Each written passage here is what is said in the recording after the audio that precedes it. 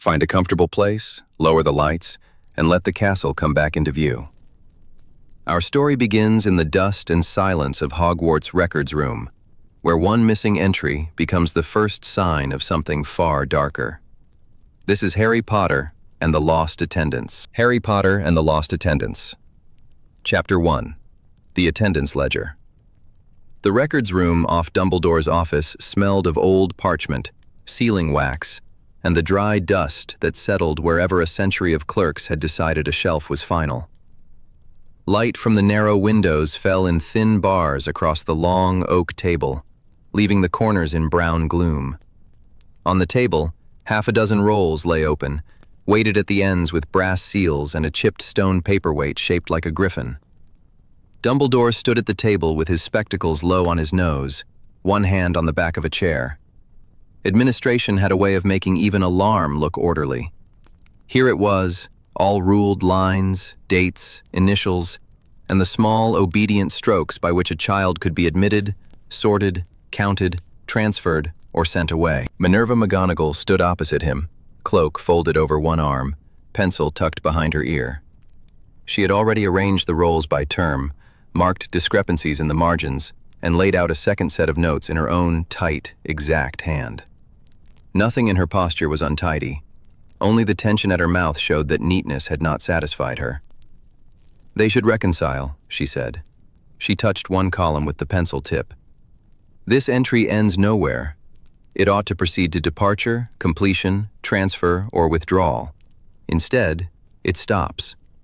Dumbledore bent closer. The line itself was ordinary enough. A student's name, house mark, year notation, and in the admissions margin, a brief wardship note, properly entered. Then the tally in the house list. Then nothing. No holiday release notation, no transfer notice, no leaving record.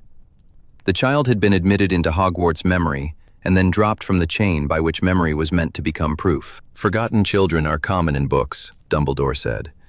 "Less so, one hopes, in schools." Minerva's look sharpened. "This is not a misplaced library ledger, Headmaster." "No. The Hogwarts rolls are one of the few records in magical Britain that can usually be trusted to remain themselves." Her voice was clipped, but something harder than irritation sat beneath it. "Ministry offices lose forms. Local registries copy names twice and addresses not at all. Families conceal what embarrasses them and neglect what does not. But the school roll is meant to answer a plain question. Was the child here?" Dumbledore let his finger rest beneath the name. She was right. Whatever else the wizarding world forgot, Hogwarts generally remembered its children. They left traces in stone and timber, in damaged desks and corrected essays, in the habits of ghosts and portraits. The rolls were not merely administrative. They were one of the few places where a magical child might be fixed beyond argument. He read the margin note again. "You noticed," Minerva said. "I did. That is the 6th. He looked up. 6? 6 students over 4 terms. She straightened, as if precision itself were a defense. 3 houses, different years.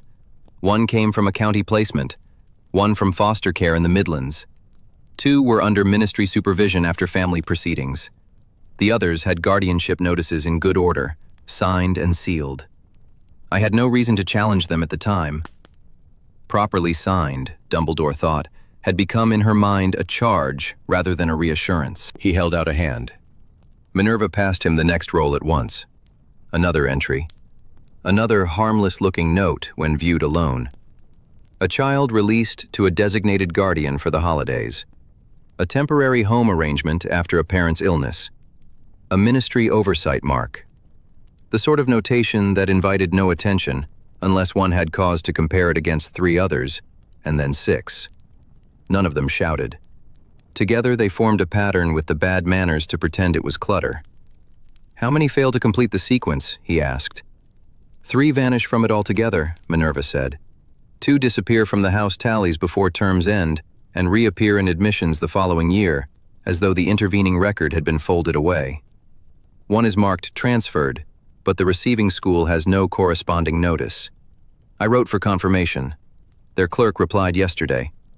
No such transfer passed through their office. The parchment edges stirred in a draft under the skirting board. The room stayed still. And this student? Entered in September, counted in the house total, no departure notation, no illness withdrawal, no family removal. Nothing. Her fingers closed harder round the pencil. It is as though the term swallowed the ending. Dumbledore glanced again at the line. The name itself meant little to him. The absence around it meant more. Children in unsettled homes generated paper. Notices, permissions, signatures, addresses crossed out and replaced. Their lives left administrative bruises. A smooth gap where all that should have been was not smooth at all. It was pressure. Have the books been tampered with? I checked the record charms twice. Offense pricked in the answer, though not at the question. The rolls are sound. The entries are being made. The inconsistency lies between the school books and the guardianship notices, or in what never reaches the notices. Hogwarts records the child. The other papers behave as if, once handed over, the child ceases to concern anyone. That landed between them with more force than a raised voice would have done. Dumbledore turned another page. The rustle of vellum seemed loud in the dim room. When reality proves inconvenient, he said, there is always someone willing to improve it with a stamp.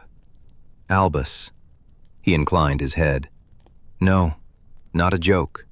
He read in silence for a time. Entrance, house, year, departure. Entrance, house, year, departure. The ordinary machinery of school life, comforting in its repetition until the pattern broke. Here a wardship notation, there a sealed proceeding, a foster arrangement with a distant relation, a ministry-appointed guardian, a grandmother listed on one form and omitted on the next, children whose names had passed through too many offices and too few hands that cared where they landed. As the list lengthened, the records ceased to feel abstract. Faces rose with the ink. A thin boy who had arrived with all his belongings in a brown paper parcel tied with string, and who had spent his first fortnight looking startled each time his own name was called at breakfast. A girl with a chipped front tooth and a file so thick with official notes it had to be folded twice to fit the cabinet. A younger child fetched before Christmas by a guardian who had looked at the Great Hall as if he had come to collect a parcel from the wrong counter. At the time, each case had presented itself as inconvenience. Permissions to verify, addresses to confirm, adults to chase. The children themselves had been quiet at the center of the fuss. Now the fuss had gone silent, and the silence was worse. Minerva had gone so still that the pencil behind her ear looked pinned there. They are clustered, Dumbledore said. Yes. She did not look away from the table. That was my conclusion. Not by house. No. By circumstance, her jaw set. By vulnerability, if we are to be honest. He let that stand. Honesty was owed here. And Hogwarts remains the one dependable trace, he said. That is precisely the point. At last she looked at him, and the control in her face made the strain beneath it plainer. If ministry records are a muddle, if family records are hidden or altered, if local offices cannot be relied upon, then the school roll is what remains. If someone can make every other paper drift away from it, then a child may be left with no proof except that we once counted them in a dormitory. Her voice did not rise, but the anger in it had sharpened into something colder.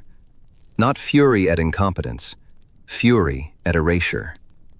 Dumbledore looked at the chalk dust along her cuff, the notes she had made in the margin, the care with which she had assembled the evidence before bringing it to him. She had come here expecting to solve a clerical inconsistency. Instead, she had found a structure built from them. You were right to bring this at once, he said. I should have seen it sooner. No. The word came gently, but he did not soften it with a smile. You should not have been required to suspect that proper forms might conceal an absence. For a moment she seemed ready to argue. Then she let out a breath through her nose and said, There was a case some years ago. A Hufflepuff boy, gifted in herbology, dreadful at Latin. A cousin altered the surname on a guardianship form after his mother died, Village records lost him for nearly a fortnight because no one compared the new name to the address on his school letters. We found him because he sent 3 owls asking whether he was still expected back after the holiday. Dumbledore remembered, not the surname first, but the question, "Am I still expected back?" Some children learned too early that belonging could be administrative. "That was a mistake," he said. "Yes. This is not." "No." He drew the last roll towards him and flattened it with both hands.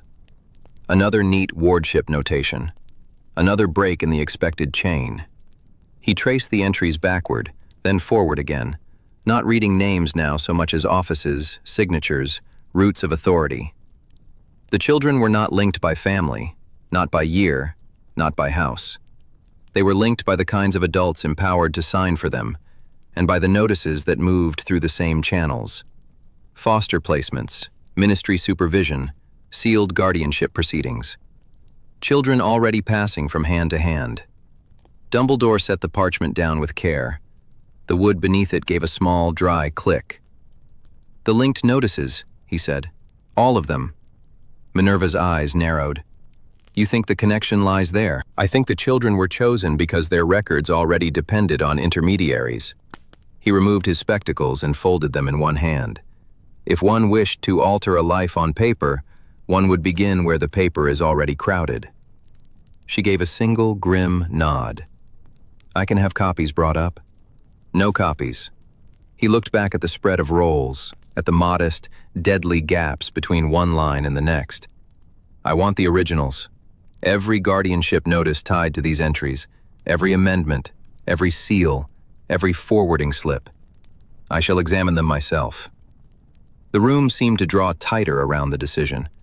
Minerva tucked the pencil into her palm. "I'll have the cabinet opened." "Thank you, Minerva." She gathered the marked rolls with swift, controlled movements, but the unsettlement remained in the set of her shoulders. Competence could order a table.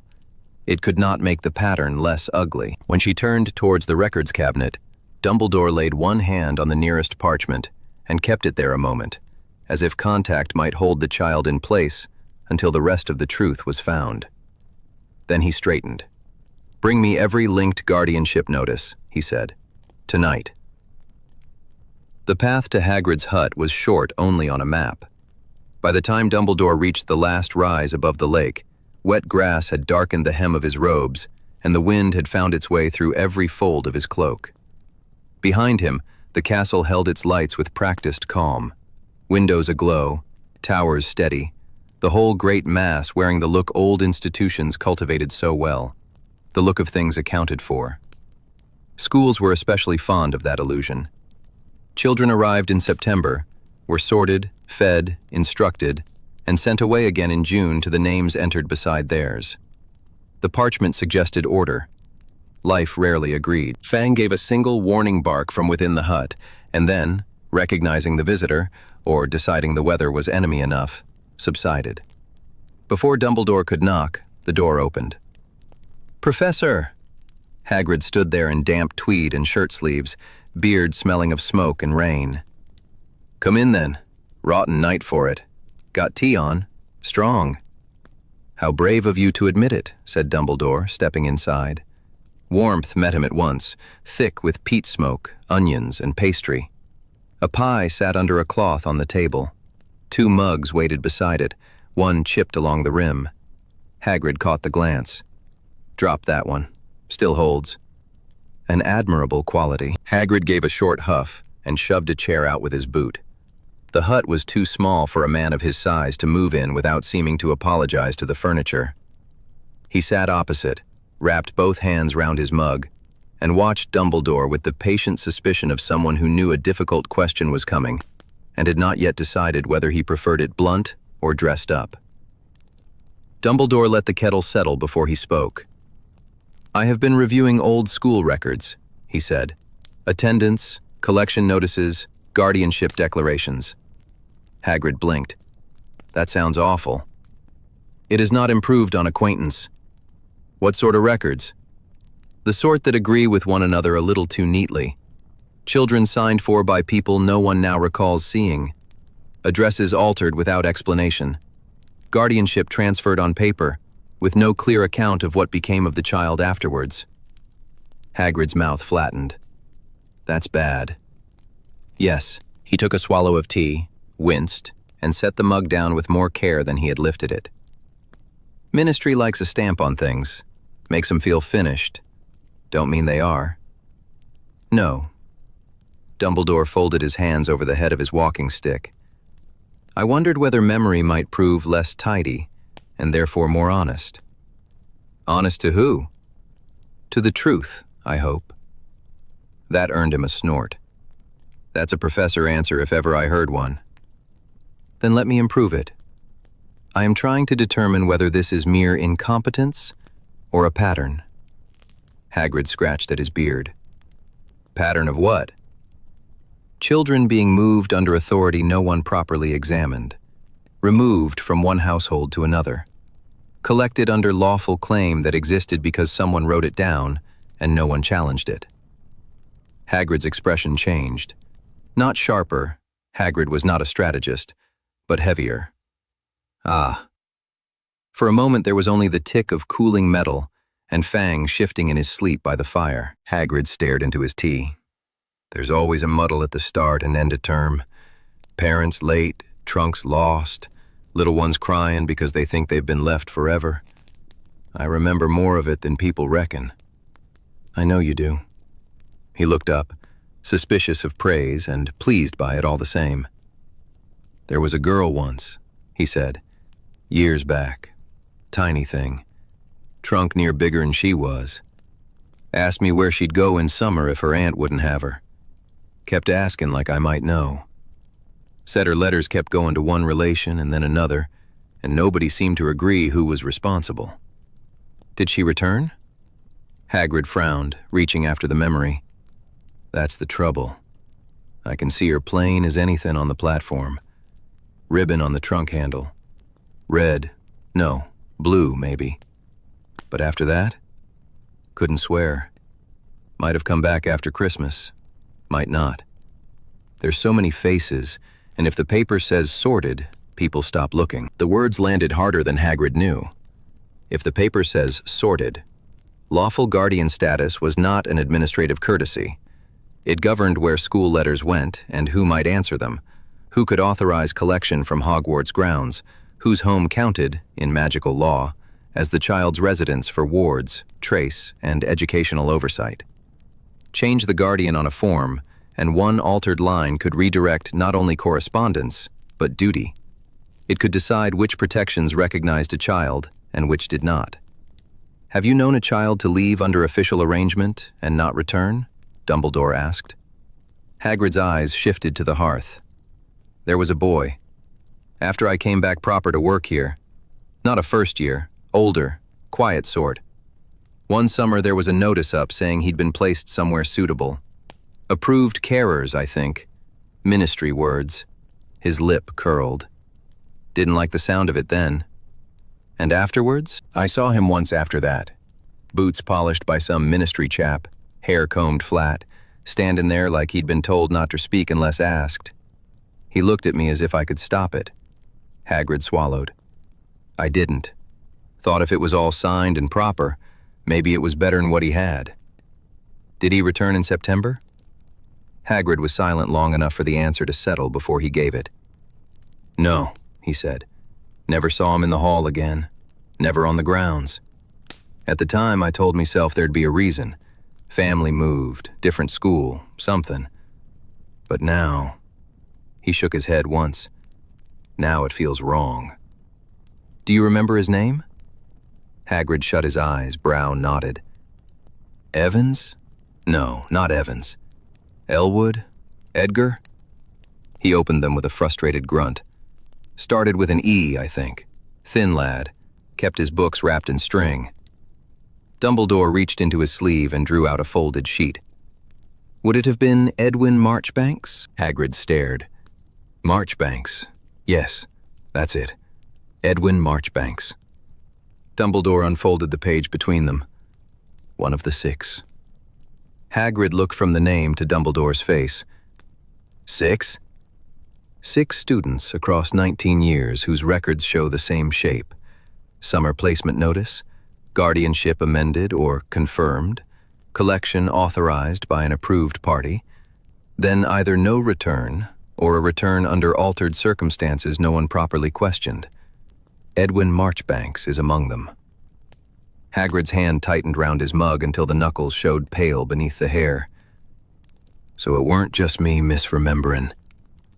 No, your memory has done what the records did not. It noticed the child. That struck home. Hagrid looked away, jaw working. The wind pressed at the hut. The pie gave off pepper and gravy. The room felt too small for the subject in it. Hagrid leaned forward. Why Harry, then? Dumbledore did not answer at once. Hagrid's eyes widened. It is Harry. There has been correspondence, Dumbledore said, and discrepancies. Discrepancies, Hagrid repeated with disgust. He's a boy, not a crate. Just so. Hagrid slapped one broad hand on the table, making the mugs jump. I saw that owl then. Knew I had. Cream envelope, ministry seal. Came through the entrance hall post. I was carrying a bundle up from the front, had his name on it. What did it say? I didn't read all of it, Hagrid said at once, honest and defensive together. Wasn't snooping. But it was laid open with the rest, and there was all that language on it. Guardian this, authority that, arrangements confirmed. Not written to him like a school note. Written about him. Dumbledore's stillness sharpened. Did it name the guardian? Not plain. There was a line for signature, and another for lawful responsibility. That bit stuck, 'cause Professor McGonagall's always after people about lawful responsibility when forms come in wrong. Says if the named guardian changes, half the school's obligations change with it. Who can collect the child, where notices go, who answers for absences, whether the home protections we rely on are the right ones. Says if you get that wrong, you don't just lose paperwork, you lose the child. A colder feeling than the weather moved through Dumbledore. When did this letter arrive? Not long ago. This week, I'd say. Hagrid frowned harder. And there was a reply. Dumbledore looked up at once. A reply? Hagrid nodded, now rummaging through memory with urgency. That's why I remember it. Filch was grumbling about the outgoing tray being overfull, and there was another cream envelope there after supper. Same seal. Same hand, I think. McGonagall had signed something else nearby and said, sharp as you like, that no guardianship confirmation was to leave the castle without the headmaster's review. Filch said this one already had authorization attached. She asked from who. He said records office. Which records office? Didn't say. Or if he did, I missed it. But she didn't like it. Took the envelope up herself. Dumbledore felt the shape of the danger become immediate. What happened then? I don't know. Thought it was just school business. Hagrid's face had gone blotchy. Professor, what's happened? Dumbledore rose.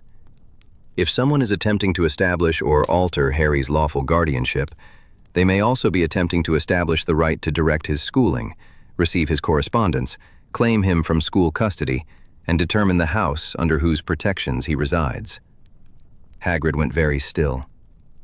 If the claim is false, Dumbledore said, or merely convenient to someone with influence, then Harry could be moved under color of law before the school has cause to object. A signature, a seal, a confirmation entered in the proper ledger, and the castle would be told it had no standing to interfere. Moved where? That, said Dumbledore, is precisely what I intend to learn before anyone has the chance to answer for him. But he's Harry, Hagrid said, as if the name itself ought to bar the door. People know who he is. Yes, said Dumbledore, and too many of them know what might be gained by speaking in his place. Hagrid pushed back his chair so hard it scraped the floor. What do you need me to do? Plain, loyal Hagrid, incapable of hearing that a child was in danger and remaining seated. For the moment, nothing publicly, Dumbledore said. You will tell me every scrap you remember about that letter. Who handled the post? Chapter 2. A Notice of Protective Transfer. The Child Welfare Office occupied a narrow suite on the third floor of the ministry, between licensing and a department whose frosted glass announced Civic Magical Standards, in gold so respectable it felt accusatory. The corridor smelt of floor polish, damp wool, and the faint, burnt sweetness of flue ash. Inside, everything had been arranged to reassure.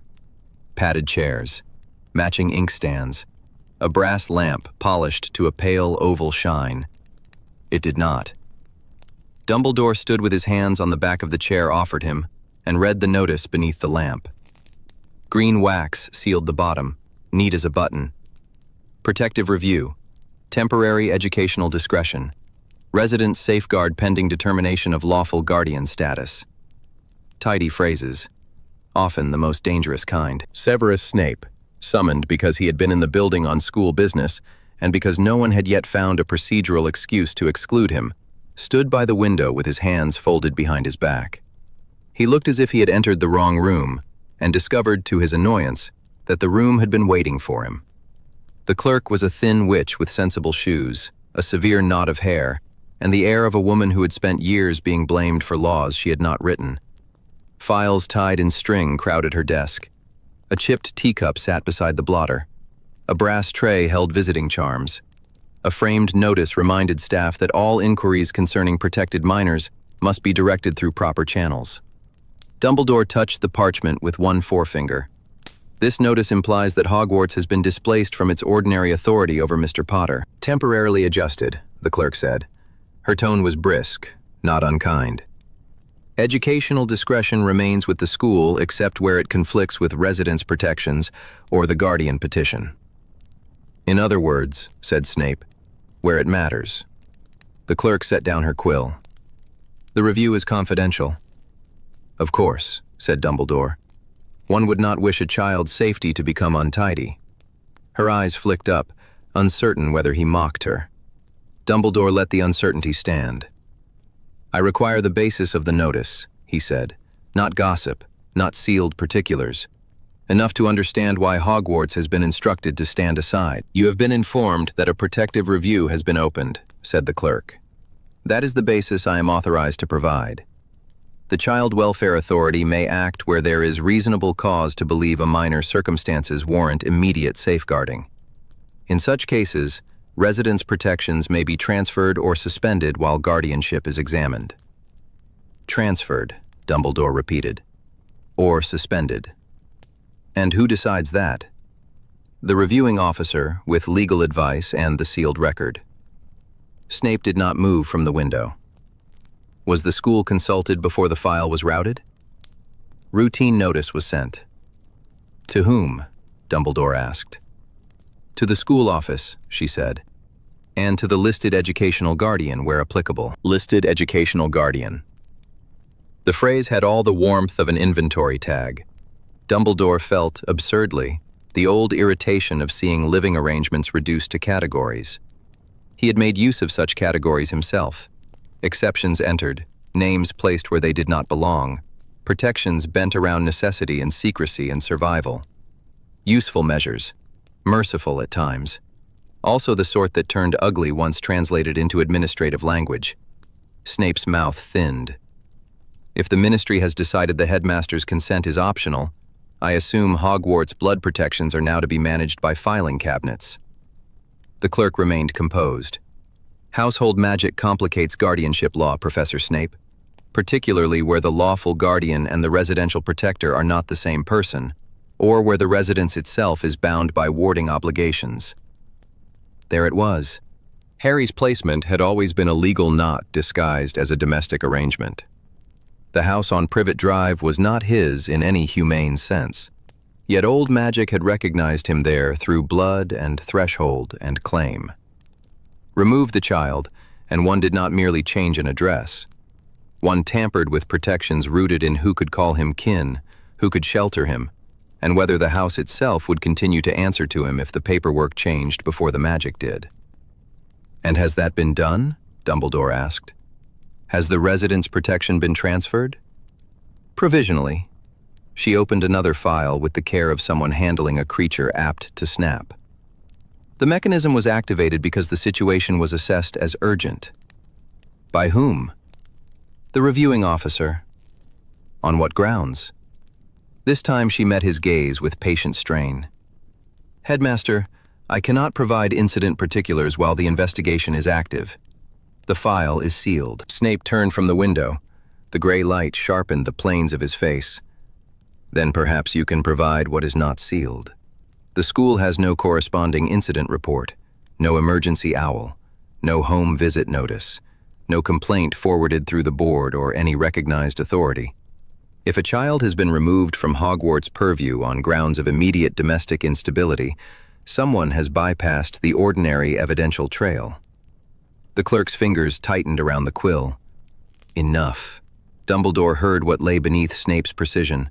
Not appetite for scandal. Not alignment with whatever had happened to Harry. Quite the opposite. Snape knew too well what institutions ignored when a child was inconvenient, and too well what they noticed only when a form made it impossible not to. The mechanism, said the clerk carefully, does not require a school-originating report if there is alternative supporting material. Such as? Dumbledore asked. An authorized referral. Prior welfare concern. A records inconsistency suggesting a child may already be at risk. Her eyes dropped to the file again. I am constrained. Yes, thought Dumbledore, and so, in another sense, are we all. Records inconsistency.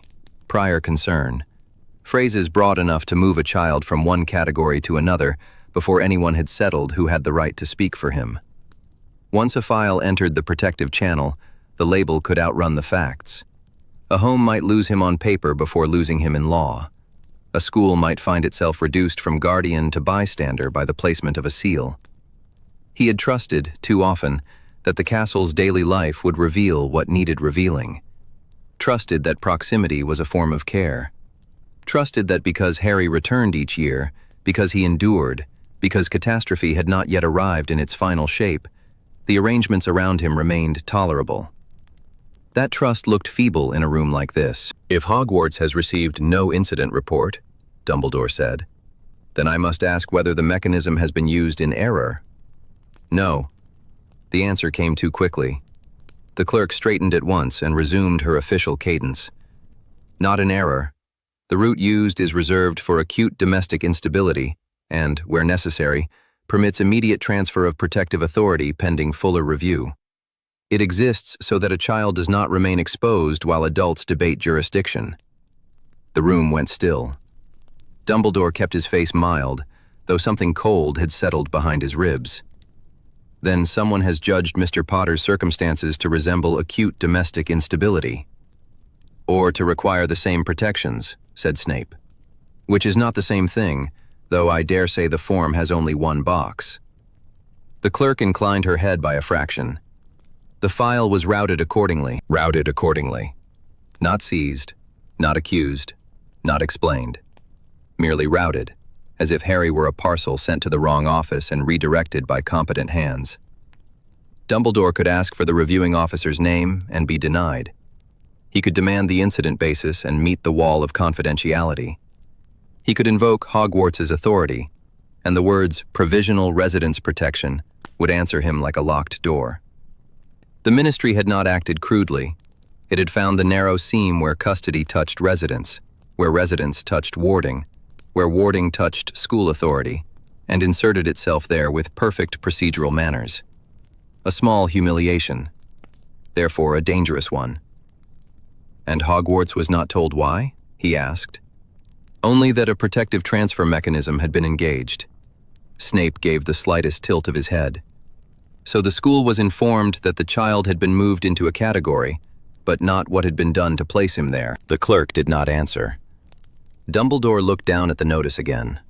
Smooth parchment, immaculate ink. It might have been a timetable amendment, a budget request, a correction to office hours. A child's life fitted easily onto a single sheet when one did not have to look him in the face. From an inner pocket, he produced the small notebook he used for names, dates, and facts too easy to lose beneath larger emergencies. The clerk's gaze followed the movement. He opened to a blank page and wrote the reference number, the date, and then acute domestic instability. Snape's eyes flicked to the words and away. "You may note," said the clerk with guarded formality, "that if a lawful guardian is confirmed, residence protections will follow that determination. Until then, the child remains under temporary oversight. School authority is not abolished. It is paused where necessary." Paused. Another excellent word. One could pause a school's authority, pause a child's placement, pause objections, pause disclosure. One could pause almost anything except the child himself, who would go on living inside the interval. "And if the school contests the review?" Dumbledore asked. "The matter will be heard through the sealed process." "Meaning," said Snape, "that we may object after the child has already been moved and categorized." The clerk's face softened by the merest degree. She was not enjoying this. That did not make the machinery gentler. "Professor, I am not setting policy." "No," said Snape. "You are merely proving how well it functions." Dumbledore closed the notebook. There was enough now to know the shape of the trap, if not the hand that had sprung it. Harry had not simply been hidden behind confidentiality. He had been placed where every authority around him became conditional: school, home, guardian, ward. If lawful custody shifted, residence protections could shift with it. If residence protections shifted, Hogwarts's claim weakened. If Hogwarts's claim weakened, then every adult who had told himself the boy was under his protection would discover how much of that protection had depended on custom, assumption, and Dumbledore's own confidence that he could manage exceptions forever. He slipped the notebook away. "Thank you," he said. The clerk blinked, as if gratitude was the last response she had expected. "Headmaster, you have been clear," said Dumbledore. "That is not the same as helpful, but it is clear." He turned from the desk. For a moment he rested his hand on the back of the chair again, feeling the worn polish beneath his fingers, the ordinary solidity of ministry furniture. Respectable wood, respectable lamp, respectable forms. A child could disappear neatly in such a place. At the door, Snape paused beside him. "Well?" Snape asked, once they were beyond the clerk's hearing. Dumbledore looked back through the frosted glass at the blurred shape of the woman returning to her files. Not sinister. Worse, in its way. Convinced of process. Protected by it. "Well," he said. The records annex had the air of a room that trusted procedure more than people. It lay beneath the ministry in a long, low chamber lit by greenish lamps, with shelves running off into shadow and ledgers packed so tightly the wood bowed between the brackets. Dust, sealing wax, old ink. Somewhere deeper in, a trolley wheel complained over cracked stone, then fell still. At the access desk, the clerk kept one elbow braced on a stack of forms, as though they steadied her. The desk had been built high enough to make every request feel like a petition. She had a narrow face, a practical quill, and the look of a woman who weighed each sentence against the cost of saying it. "I can show you the accession trail," she said. "I cannot copy file contents. I cannot permit removal. I cannot confirm anything marked sealed beyond the index reference." Her tone suggested those limits had not been taught so much as endured. "That will do," said Dumbledore. Suspicion crossed her face. Courtesy from a man in his position often came before pressure. When none followed, she drew a ledger towards her and opened it with care. The spine gave a dry crack. Dust lifted from the gutter. "Harry James Potter," she said. Her quill hovered over the line without touching it. "Initial transfer reference under Child Welfare Authority Code. Hogwarts attendance pointer attached. Jurisdictional notice. Residence review. Sealed family ward petition. All linked. May I see the chain?" She turned the book a few inches. The entry was short. That, more than anything, made him wary. Honest bureaucracy was usually tedious. Dishonest bureaucracy preferred brevity. A stamp, a code, a line so dull no one thought to question it. He followed the numbered references with his eyes. File opened. Review scheduled. Residence status provisional. School notice withdrawn from ordinary circulation. Custody query routed onward. Each step looked proper alone. Together, they formed a corridor. "May I have the sequence number?" he asked. The clerk glanced at the closed door and back. "Only the number, not the routing note." "Only the number." She gave it. He repeated it once under his breath and set it in the same inward order where he had been storing dates and file classes all morning. Then he drew a narrow notebook from his pocket. On the page already open were 6 names from Hogwarts rolls. 6 children whose departures had been made to sound ordinary. Transfer, withdrawal by guardian request, residence alteration, temporary assessment. Each explanation was plausible in isolation. Together, they had begun to look less like chance than method. The clerk noticed the list and cleared her throat. "I can let you compare indexes," she said, "if you do not ask me to interpret them." "That is generous." "It is permitted," she corrected, after a beat. "Within reason." He inclined his head. She passed him a second volume, this one arranged by accession sequence rather than by name. A system designed, he thought, by someone who loved order and had never once needed to find a child quickly. He set Harry's number against the run around it and worked backwards. The sequence sat among 4 others entered within the same fortnight. 3 school-age cases, 1 toddler, 1 emergency residence determination after an anonymous welfare referral. None of that was remarkable. What was remarkable was where the lines ended. He turned a page. Another child. Different year, different house, same progression. School notice withdrawn. Family file sealed. Transfer entered to a lawful destination. No ordinary attendance continuation. No return notation. No later school update to explain the shape of the absence.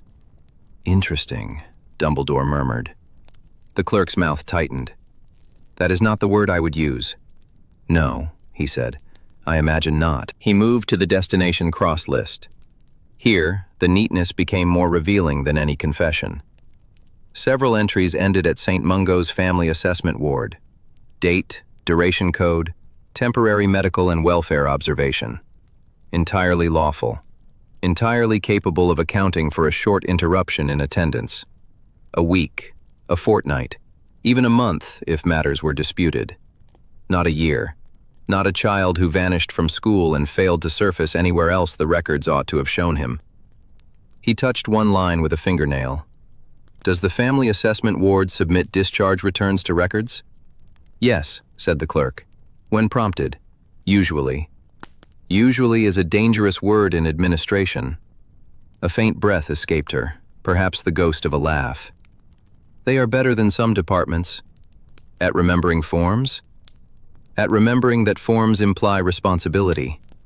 There it was, not courage, but irritation worn thin by repetition. More useful than heroics, and safer for her. He looked again at Harry's chain. Welfare assessment route. Residential review. Destination entries sealed above ordinary access. Not absence, then. Action. Deliberate action, filed and cross-referenced. Someone had not erased the child. Someone had built a paper path, then hidden where it led. "Do the sequence numbers after this run show a consistent destination pattern?" he asked. The clerk pressed her fingertips to the desk edge. "I can answer broadly, not by naming sealed cases. Broadly will suffice." She slid over a thinner index and pointed without meeting his eyes. "These 4. Same corridor, same term. 3 school withdrawals, 1 residence transfer. 2 to family assessment. 1 to private guardianship order. 1 sealed after review." "Same corridor," he repeated. She gave a single nod. He compared dates, offices, intervals. The pattern was not elegant, but it was regular. A school notice left Hogwarts in the morning. A welfare file opened that afternoon. A residence review appeared the next day or the day after. Sometimes there was a hearing notation, sometimes a medical observation referral, sometimes a temporary placement while lawful authority was assessed. After that, in ordinary cases, the child re-entered the visible world. New guardian notation, new attendance trail, a receiving school, a discharge return, something. In these cases, the trail narrowed instead. The school record lost its continuation. The ministry record sealed over. The lawful temporary destination remained the last ordinary line, as though a fortnight in a ward could explain a disappearance no later book acknowledged. He felt, with a familiar chill, the shape of intent. To remove a child from one register was simple enough. To remove him from all the places that ought to echo his movement was much harder. Schools kept rolls. The ministry kept accession numbers. Wards filed admissions and discharges. Guardianship orders bred copies like mold. A perfect disappearance required not one omission, but a disciplined series of them, and discipline left patterns. "May I see the accession gap between these two runs?" he asked. The clerk's quill made a tiny scratch against the margin. "That is still an index comparison," she said at last, as if reminding herself. "Indeed." She took the book back, turned 3 pages, and stopped. There. He saw it at once. A numbered block was missing from the ordinary school-to-welfare transfer register, not hidden behind a lawful seal. Missing from the normal sequence itself. The entries on either side had been adjusted cleanly enough that a casual reader would glide past. But no sequence that regular simply leapt a span without cause. The gap was too exact, too neatly bridged. Someone had removed a section and trusted that no one would compare enough books to notice the wound. He looked up. "How often does that happen?" Her gaze dropped to the forms under her hand. "In this section? Rarely. In any section?" She hesitated. "Not in ways that improve with attention." For her, it was nearly reckless. He returned to the ledgers. Harry's number. 2 others from his notebook. The missing block between adjacent runs. Same corridor, same offices, same narrowing of the trail. Different names, different years, different respectable explanations. Then, under one of the older cases, he found what he had been hoping for and dreading in equal measure. A half-buried continuation reference, easy to miss unless one was reading for sequence rather than title. St. Mungo's Family Assessment Ward. Temporary placement. Follow-up review due within 14 days. And after that, a sealed continuation note with no corresponding discharge return in the ordinary file, while the school record showed only withdrawal and silence. Temporary, in the hands of the unscrupulous, could be stretched into a very long time. The clerk saw where his attention had settled and spoke quickly, almost defensively. "That ward is a lawful destination, for disputed placements, for children whose home circumstances require assessment, for cases where authority is unclear. I do not doubt it. It does not mean wrongdoing by itself." "No," said Dumbledore. "By itself, it means only that someone chose a route respectable enough not to be questioned." That landed. She looked at him then, properly, and some of the guardedness gave way to unease.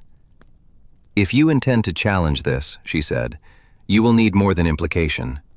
Sealed review can swallow a complaint for months, and if the numbers have been lifted from one register, whoever did it knew where else they would have to tidy." "Yes," he said, "which is why the untidied places matter." He bent over the notebook again. Harry's accession number. The missing sequence block. The St. Mungo's 14-day review reference from the older case. Then, beside 2 of the 6 names already listed, he marked the same corridor code and the same terminal pattern. School withdrawal, temporary lawful destination, no visible return. The gap in numbering did not stand alone. It sat where the anomaly thickened. Not proof. Better than suspicion. A route. A method. A lawful, temporary ward that could account for the first disappearance and not the rest. A missing run of numbers no clerk could explain away as delay. And enough overlap with his 6 students to justify the next question, the next ledger, the next locked door. When he closed the notebook, the sound was small but decisive. "Thank you," he said. The clerk's fingers tightened on her quill. "I have shown you indexes, nothing more." Of course. She believed that distinction might save her. Perhaps it would. Institutions were often kinder to technicalities than truth. Dumbledore slipped the notebook back into his pocket and took one last look at the open ledger, at the obedient columns and their careful absences. He had not found a confession, or a villain obliging enough to leave his name in the margin. He had found something harder to dismiss, a repeatable administrative path ending in silence, a lawful ward used as the last visible stop, and a missing block of transfer numbers that overlapped the pattern already gathering around 6 vanished children. A narrow thread, solid enough to pull. Chapter 3. Children Who Do Not Return. The Orphans and Wards Register Office occupied 2 narrow floors above a draper's in Wools. From the street it looked offensively proper.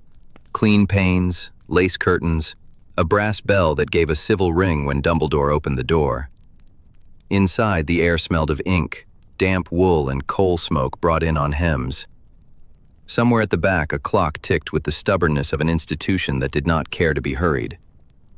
The registrar stood behind a desk wedged beneath shelves of bound ledgers. She was a plain woman in a brown bodice, with a chain of keys at her waist, and gray hair pinned so tightly it looked argued into place. Her expression suggested long experience with inspectors, clergymen, and gentlemen who expected obedience as a matter of course. Dumbledore had given her his ordinary card, not the other one. The modest title on it had done enough to get him through the door and no more. "You are certain this is the right office?" she asked, peering over her spectacles. "We do not register births here." "No," said Dumbledore, setting his umbrella against the desk. "I am interested in children who have been moved." Her mouth tightened. "Then you want ministry notices, not ours." "I am interested," said Dumbledore, "in where one set of notices ceases to agree with another." She looked him over, weighing whether he was merely eccentric or likely to become troublesome. Then she drew out a ledger and set it down with a thump that stirred dust from the corners. "You will need names." "I have several." "And dates?" "Enough to begin." "And some reason why I should spend an afternoon on this, when I have 17 unclaimed cases and one boy who keeps posting his socks through the wicket instead of collecting them?" "A novel petition," said Dumbledore. It did not soften her much, but it kept matters from worsening.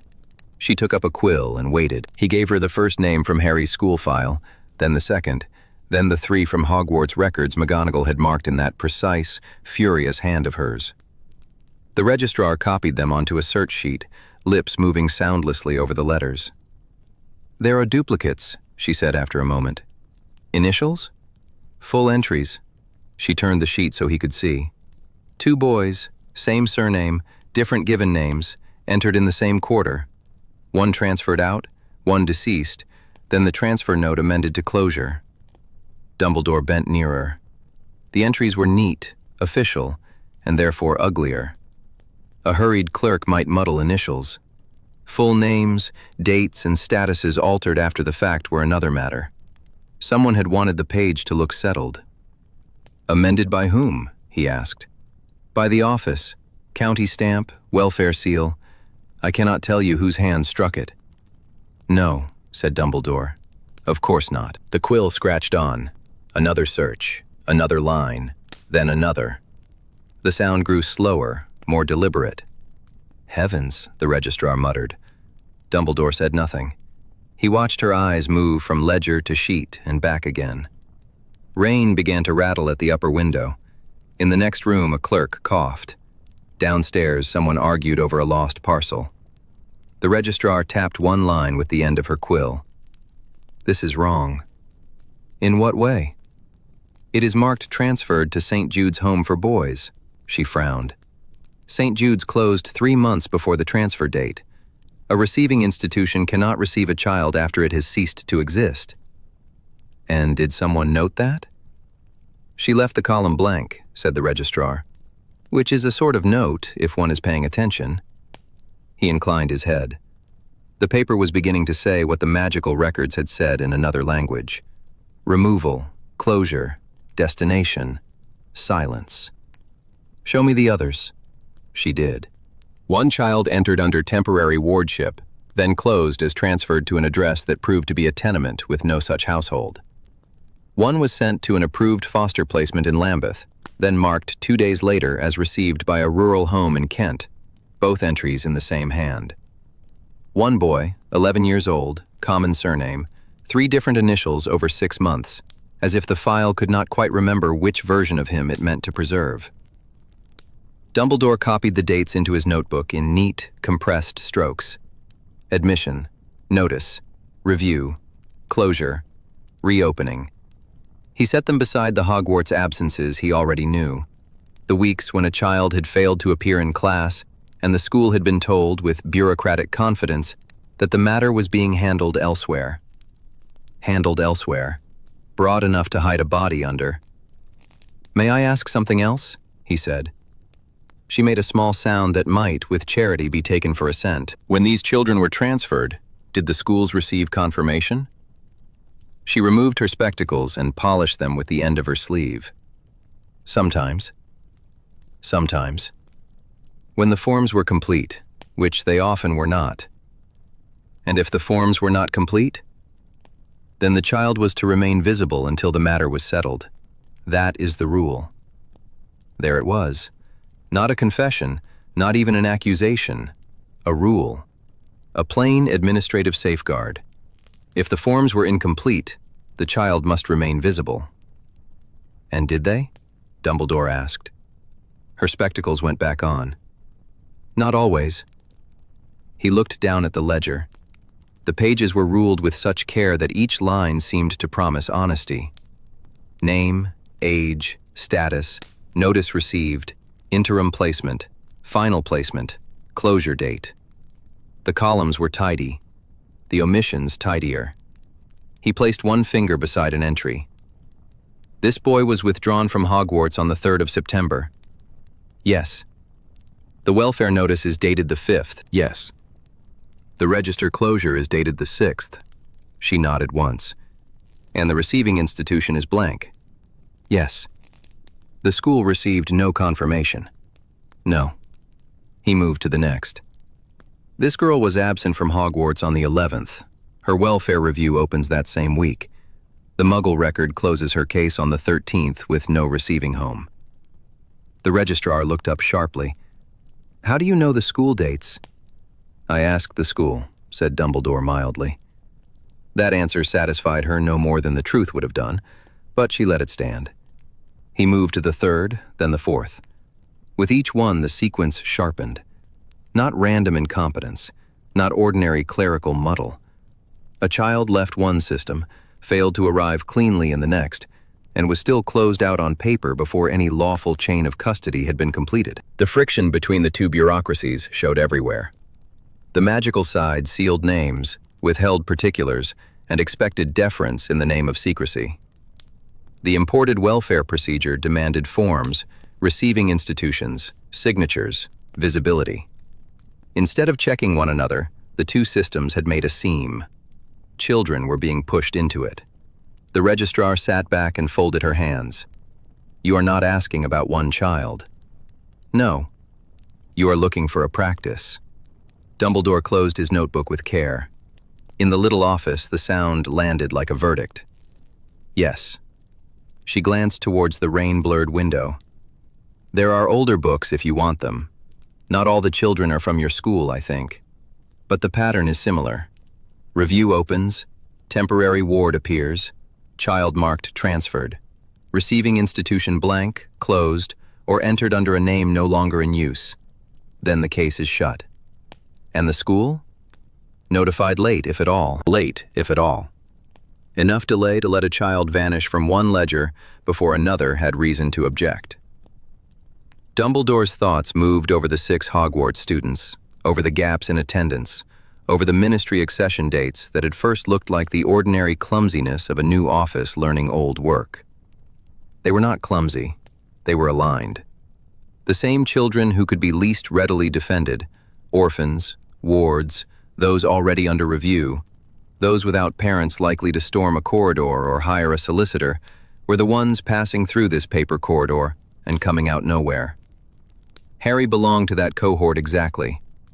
A neglected boy in Muggle care, already half lost between jurisdictions, already inconvenient to both. His file would travel more easily than a child from a settled home. The apparatus had been tested on children like him. It had learned where no one looked quickly enough. A coarse invisibility, achieved with stamps. The registrar gathered the loose sheets into a stack. If you mean to challenge it, you will want copies, properly requested. I mean first to stop it, said Dumbledore. She studied him over her spectacles. There are rules about cross-register inquiry. I am not permitted to hand over particulars to someone without standing. I understand. And if the ministry has sealed their side, we are expected to respect that. Of course. She gave a dry laugh. That phrase is how these matters become no one's responsibility. Dumbledore's expression did not change, but his hand settled flat on the desk. For years he had tolerated ministries, boards, committees, all the little machines by which decent people excused delay. He had done so because institutions, for all their failings, could still be bent towards protection. But this one had learned to feed on procedure itself. It had found the children least likely to be counted and taught the records not to count them. Harry was in immediate danger because the machinery had already marked him as the sort of child it could move. "Madam," he said, "I have found that when a system begins to lose children tidily, one must cease admiring its order." For the first time, she looked at him not as a nuisance, but as a man who might actually do something inconvenient. She drew a fresh form towards him. "Then do it properly. Petition for access. State your interest. Put the dates down. If there is an appeal, I should like the record to show I warned you." He took the form, though he did not look at it yet. The rain tapped at the window. The clock insisted on each second, as if collecting a debt. He had enough now. Not proof by confession, but proof by contradiction. A child could not be received by a closed home. A case could not lawfully be closed while the child remained unplaced. A school could not be denied confirmation and still be told the matter was settled. The timeline held. The institutions did not. That was sufficient. "Before Tuesday," he said, "I should like those older ledgers." She blinked. "You think it goes back that far?" "I think," said Dumbledore, "that 6 children do not vanish from one school by accident, and a numbered block does not disappear from a transfer register by chance. If your older books show the same closures, the same blank destinations, the same delays, then the missing names and the missing numbers are parts of the same concealment." The registrar's mouth thinned. "Then someone has been building this for years." "Yes." He tucked his notes into his pocket and took up his umbrella. At the door he paused, one hand on the brass latch, and looked back at the ordered shelves, the ruled pages, the woman at her desk beneath the weight of keys and procedure. Chapter 4. The Hearing Room. The Wizengamot chambers made daylight submit. It came through the high, narrow windows in pale bars, caught by dust and old wards, and reached the floor already chastened. Dark benches climbed the walls in stern tiers. The central ring of stone had been worn smooth by generations of robes, petitions, and respectable cruelties. Beeswax, parchment, damp wool, and the faint iron scent of active enchantment hung in the air. Even a cough seemed to come back from the walls with its edges filed off. Dumbledore paused just inside the marked circle, one hand resting on the curved handle of his umbrella, and watched the clerks below sort their papers into exact, indifferent stacks. The room had the peculiar gift of making administration feel like weather. If one dropped a child into it, he thought, the first question asked would be whether the proper form had accompanied him. At the center table, beneath a shallow dish of green glass, a ministry seal turned with slow self-importance. Harry Potter's name lay under that glass. Not openly. The full file was sealed. Dumbledore had been given a summary, a notice of emergency review, a hearing schedule, and citations from the new Child Welfare Code, passed law, not ministerial whim, with sealed proceedings and emergency custody powers dressed in careful language. Interim protection, protected assessment, temporary suspension of custodial rights pending determination of lawful residence. All valid, all capable of being used for precisely what they claimed to prevent. He had come with suspicions. Nothing firmer than pattern, timing, and the unpleasant sense that too many recent irregularities had found shelter under the same polished phrases. Harry's case might be exactly what the ministry said it was, a child in genuine need of intervention. It might also be bait, something visible, defensible, difficult to oppose without seeming reckless, set to see who tugged at which thread. Either way, the machinery mattered. He had expected Snape. He had not expected him to choose a place apart from the Hogwarts seats, as though refusing to be mistaken for anyone's ally. Black robes fell in severe lines. His expression was composed to the point of insult. He looked less like a witness than a man attending a dissection, prepared to object only if the cuts were clumsy. A witch in slate-gray robes sat above the central table. She touched the brass rim with her wand, and the chamber settled. "Proceeding under emergency welfare provisions," she said. Her voice was brisk, almost gentle. "The matter concerns Harry James Potter, minor magical child. Hogwarts representation is present. The Child Welfare Office is present. The record is partially sealed under protected assessment rules. This hearing will determine whether the interim custodial notice shall stand, be varied, or be referred for further restricted inquiry." Dumbledore inclined his head. "The chamber has moved with commendable speed." The witch glanced down. The welfare officer cited risk arising from instability of residence, inconsistency in school attendance, and possible disruption of support structures. "Then concern may be justified," Dumbledore said, mild enough that agreement and challenge sat side by side. "On what evidence was that concern founded?" The man beside her, bald, narrow-faced, and comforted by his own paperwork, opened a file. "Child Welfare Office, certainly. The initiating basis is sealed in part," he said. "Not all material is available in open session." "Then perhaps the chamber will share the part that is." His answer did not come at once. In the pause, Snape made the smallest sound in his throat.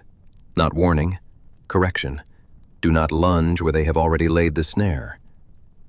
The witch's quill scratched once. "The open basis," she said, "is discrepancy between school records, guardianship declarations, and a welfare referral." "And the referral originated where?" "Protected source." "From Hogwarts?"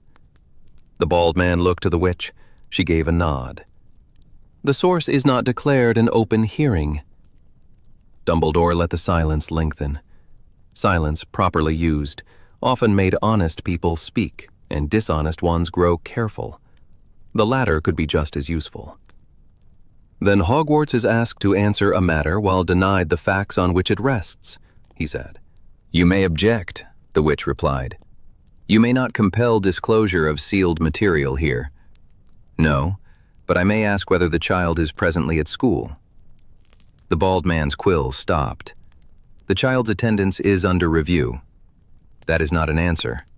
It is the answer permitted in open session." Snape spoke without looking up. "Headmaster, if your intention is to establish whether Hogwarts retains any duty towards Potter while the notice stands, ask that. The chamber may understand a narrow question." Dry as ground bone. Useful all the same. Dumbledore shifted his gaze by a fraction. "Does Hogwarts retain educational authority over Mr. Potter during the interim notice?" The witch answered after a brief consultation with the file before her. "Not exclusively.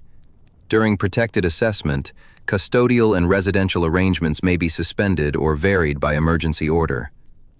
"The school may be directed to withhold contact?" Dumbledore asked. "If contact is judged to interfere with the assessment, yes."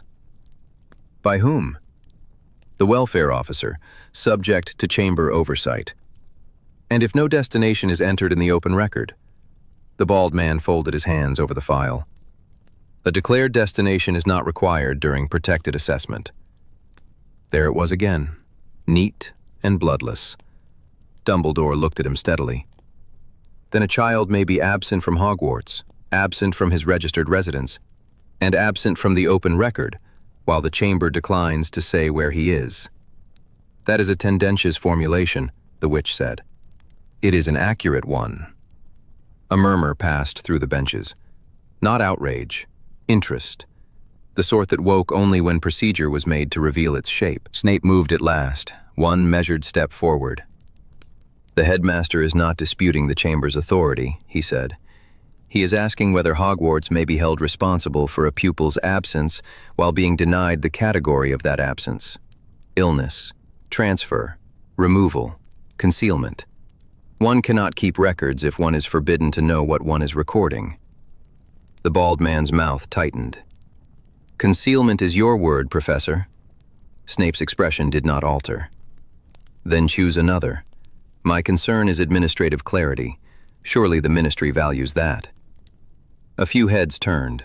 Snape had offered them no indignation to swat away, only a cleaner version of the same blade. The witch tapped the file. The protected assessment is lawful. The absence, if any, is authorized. Authorized by whom? Dumbledore asked. The chamber. And where is the child? The open record does not require location disclosure during assessment, the bald man said, each word clipped to regulation. Dumbledore heard the sentence, and then heard what stood behind it. Not a loophole. Architecture. A school could be ordered to mark a child absent. A guardian's rights could be suspended. Residence could be altered or withheld. Proceedings could be sealed. And because the law named all of it protection, the ordinary questions, where is he? Who has him? By what evidence? Became procedural improprieties. His grip tightened on the umbrella handle. Barely. Enough for him to feel the pressure in his own hand, and no anger had arrived before he had invited it. If Harry's case was genuine, the law still allowed too much darkness around a frightened child. If it was not, then the darkness was the point. The witch continued, calm as a metronome. If Hogwarts has welfare concerns, it may submit them through the sealed channel. If it wishes to contest the interim notice, it may petition within the prescribed period. How long? 7 days. And after 7 days, the notice may be confirmed. Confirmed. Another polished word. A child could disappear behind it as neatly as behind sealed glass. Dumbledore's eyes dropped to the edge of the bald man's file. A list of references showed at the corner, cross-citations, prior reviews, linked proceedings. No names visible, but enough to suggest repetition. Not one case. A method. He could not prove abuse from a glimpse of indexing. He could, however, recognize a system learning what it could get away with. Harry, then, was both concern and instrument. A vulnerable boy in possible danger, and a test of who would accept the ministry's new powers if wrapped in the language of care. The chamber was not malfunctioning. It was working. He lifted his head.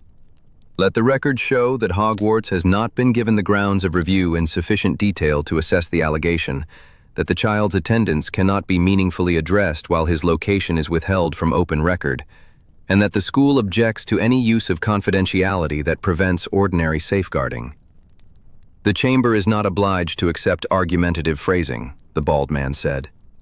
No, Dumbledore replied, only to hear it. Snape's mouth twitched once, gone almost before it appeared. He was watching the officials now with sharpened attention, as if he too had seen the mechanism beneath the language and was measuring where it might jam. The witch sat straighter. Headmaster, if you press beyond scope, the chamber may regard your conduct as obstructive to a protective review. I am aware. And you wish to proceed? Dumbledore gave her a small, courteous smile that did not warm his eyes. I wish to proceed carefully. He wanted to ask where Harry was. He wanted to ask who had initiated the referral, why Hogwarts had been cut out. How many other children had passed into sealed assessment and emerged nowhere visible? Asked now, those questions would do nothing but hand the chamber a reason to close ranks. So he chose the narrow opening left to him and put all his weight behind it. Then let me ask plainly, he said. Under the Emergency Welfare Code as presently enacted, may school attendance be suspended during protected assessment without any declared destination entered in the open record? This time the witch did not answer at once. The pause was small. It changed the room. The bald man leaned towards her and murmured something too low to catch. She ignored him. Her fingers rested on the file, motionless. Around the benches, attention sharpened.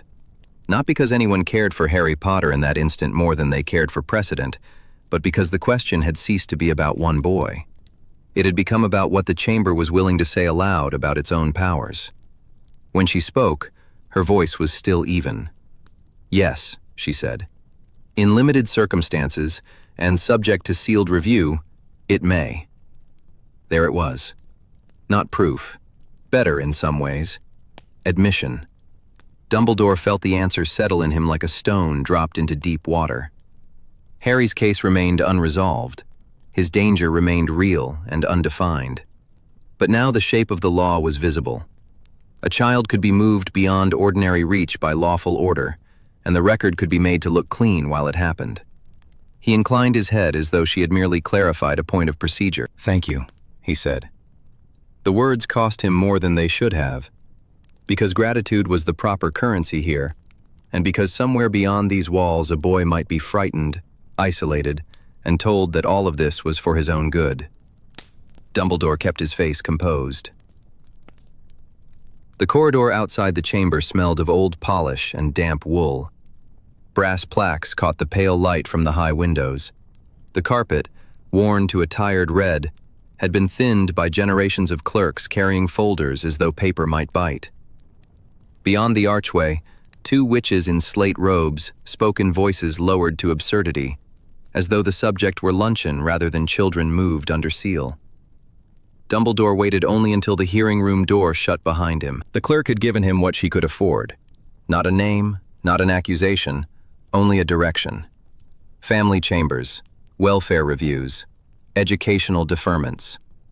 In places such as this, courage rarely announced itself. It survived by leaving almost no trace. A page boy in ministry livery slid posted notices into a wall rack. When he noticed Dumbledore watching, he discovered an urgent need to be elsewhere. His ears went pink as he hurried off. Dumbledore let him go and turned to the board. It had the smug order institutions preferred when they wished to look transparent. Vacancy notices, hearing calendars, a memorandum about ink rationing that had outlived both the shortage and anyone's interest in removing it. Beneath them, pinned in neat columns, were routing slips and transfer notices for files moving between offices. To most eyes, it would have been clutter. Dumbledore had long ago learned that bureaucracy hid its intentions in repetition. He touched his wand to the glass and thinned the protective sheen just enough to sharpen the clerk's hand beneath. No dramatic revelation, only a nudge. At the far end of the corridor, a clerk glanced up, saw what he was doing, and at once found the ceiling compelling. There. Not in the wording, but in the stamps impressed beside dates and initials. Small circular seals in faded green, no larger than a sickle. The same sequence recurred with stubborn regularity.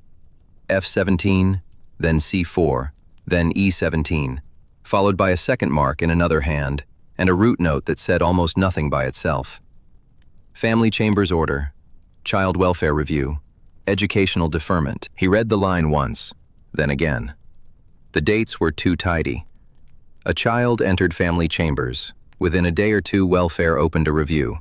Education then issued a deferment, or temporary excusal, in language so bloodless it nearly concealed the fact that a child had vanished from school. Not close enough to alarm an overworked clerk. Close enough to be arranged. He moved along the board, counting. 3 cases. 5.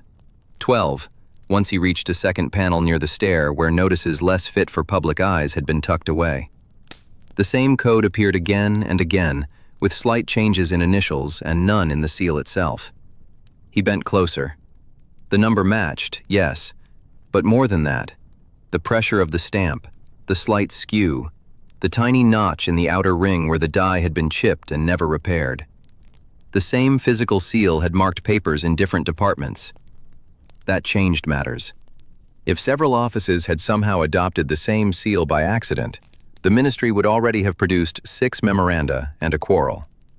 If they shared it by procedure, then the procedure was the point. One channel, one supervisory path carrying children from desk to desk, without ever naming itself.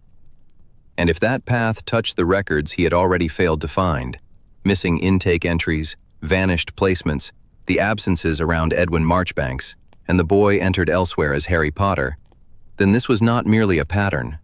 It was the edge of the same wound. A witch carrying blue folders approached from the opposite end, saw him, and stopped so sharply her papers shifted in her arms. Her face stayed politely blank. Her eyes flicked to the board, then to him, then to the framed chart of departmental seals on the wall opposite, as if she had suddenly developed a scholarly interest in it. "Professor Dumbledore," she said brightly. "Is everything in order?" "Entirely in order," he said, which is often where trouble begins. Her mouth tightened before she could stop it. She made a sound that might have been agreement or self-preservation, then edged past him with her folders clutched too close. He let her go. She had told him enough. At the end of the corridor, a glass-topped table held the day's public filings. Dumbledore drifted towards it with the air of a man considering pamphlets on poultry husbandry. The stack had been arranged with care, though not enough. Through the top sheet he could see the lower corner of the page beneath. The same green seal, the same damaged ring. He lifted one notice just enough to read the root line below. Transferred through standard supervisory channel. Standard. A useful word if one wished to hide a hand in plain sight. Beneath the welfare review lay an educational deferment stamped with the same code. And beneath that, a family chambers order in identical ink. One office might borrow a phrase from another. 3 offices did not borrow the same damaged seal unless someone higher than a clerk had made convenience into policy. A bell rang beyond the stair. Footsteps quickened. 2 witches passed close enough for him to catch sealing wax and rain on their capes. One glanced at the papers in his hand and looked away at once. He replaced every sheet exactly where he had found it. Quiet work depended on leaving no bruise. Then he began with the outward offices. Child welfare lay down the row, beyond a marble bust of a former minister with a neck like a boot, and a plaque praising his tireless service. The waiting room was nearly empty. A father turning his hat in his hands, 2 witches whispering over a file they guarded, as if it contained weather. No one barred Dumbledore's entrance, but the room changed the moment he crossed the threshold. A quill paused over a ledger. Conversation thinned. Behind the counter, an official with a sparrow-shaped nosepin pretended to reread a notice she had plainly exhausted some time ago. He asked pleasantly whether he might see the routing references for review notices issued that morning. "I'm afraid those are internal," she said. "Of course," Dumbledore replied.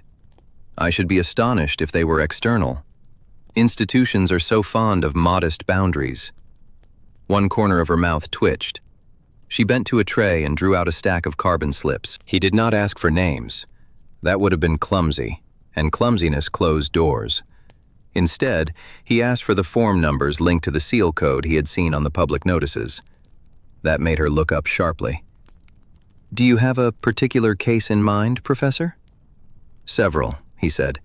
"I should be disappointed if they proved to be only one." For a moment she considered refusing. Then she withdrew 2 sheets and set them face down on the counter. Not handed over. Set down.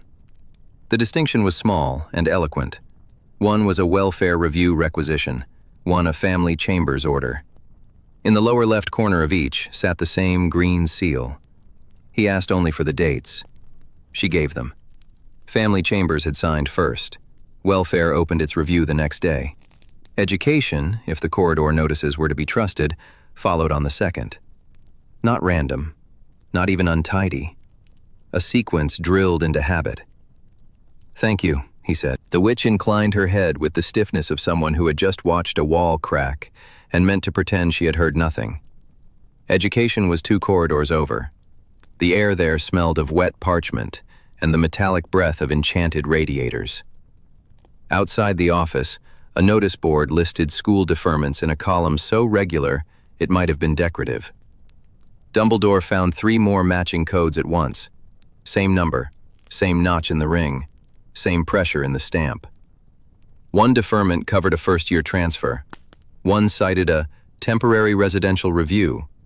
One marked attendance as pending reassignment for a fortnight beyond the regulations. Inside, the clerk on duty did not look up when Dumbledore entered. He was a thin man with a careful mustache and the studied indifference of someone who had trained himself not to notice what passed through his hands. "The routing log, if you please." The man hesitated. Only a beat, but enough. Then he slid the ledger across the desk, keeping his fingers on the cover a moment longer than necessary. Dumbledore opened it. There were the codes again, line after line, crossing from welfare to education to family chambers and back in a loop so efficient it made the child's actual whereabouts almost incidental. By the time a school received notice, a deferment had already been prepared. By the time family chambers recorded concern, welfare had opened review. By the time a parent or guardian was told anything useful, the paperwork had converged into a trail so orderly it invited no questions. Not chaos, then. Design. He turned another page. The same supervisory notation appeared in the margin, abbreviated but consistent. Different clerks entered it. Different offices obeyed it. The hand behind the process did not need to appear often. It only needed to appear early, and always in the same place. The clerk cleared his throat. "Those are routine transfers." "Yes," Dumbledore said. "That is what troubles me." The man's eyes flickered up at last, then away. Dumbledore copied the form numbers onto a scrap from his pocket diary, along with the dates and office marks. Enough to build a chain later. Not enough to alert anyone that he had seen the whole pattern. He paused over two of the entries, comparing chamber numbers against the fragments he already carried from the missing children ledgers. Not proof yet. But one notation sat too near an erased intake reference he had seen that morning, and another used the same abbreviated residential code attached to Marchbanks's vanished file. Harry's false quiet in the records no longer looked solitary.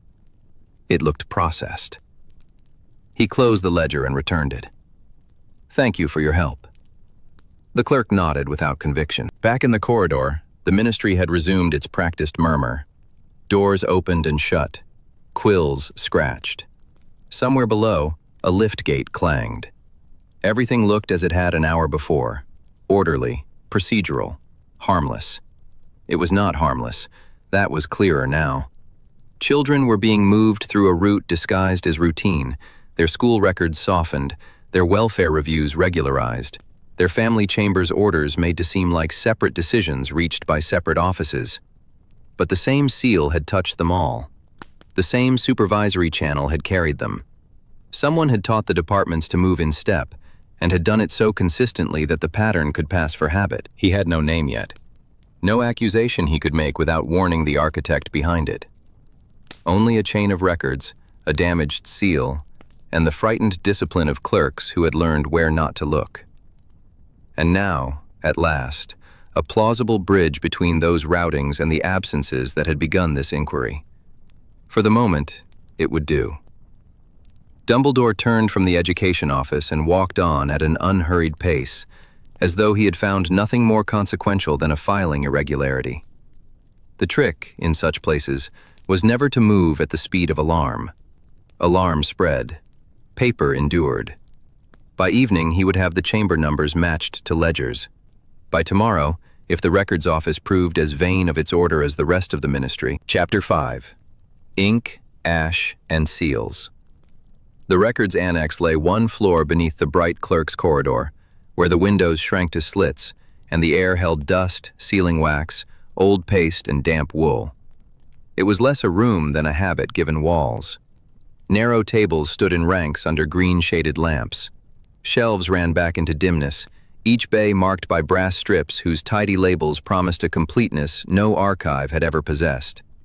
Dumbledore set his request on the counter and waited.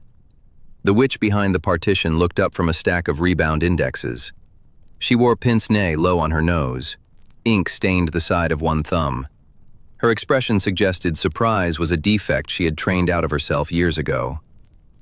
"Archived transfer ledgers," Dumbledore said. "Child welfare, school, and guardianship copies.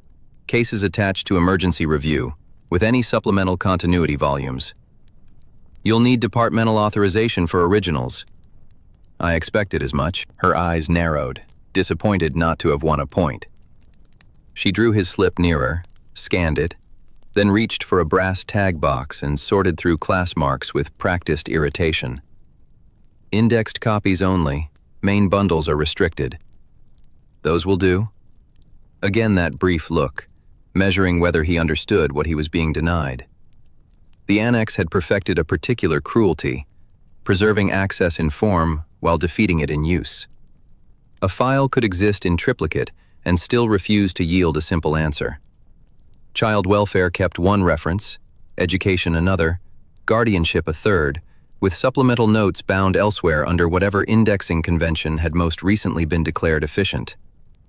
Enough survived to satisfy procedure, rarely enough to satisfy inquiry. The witch set a slate before him and pushed over a narrow iron trolley chained with ledgers. Sign, keep the sequence. Continuity changed its forms 3 years ago, then altered the supplements after the recopying. Did they improve matters? They improved the labels. That, at least, was candid. He signed and wheeled the trolley to a table against the far wall. Under the lamp, he arranged the volumes in order: Child Welfare Transfer Register, Hogwarts Attendance Withdrawals, Guardianship Notices, then the drab gray supplemental books from Continuity Office. Heavy leather, softened corners, one spine repaired with a strip of linen too new for the rest. Working books, not ceremonial ones. Used, recopied, amended, sent back. Good. He opened the welfare register first. Names, dates, originating office, interim residence, destination, filing stamp, cross-reference. Then, in a run of entries, destination bars laid in with official black so dense it looked poured rather than written. Not hurried work, deliberate.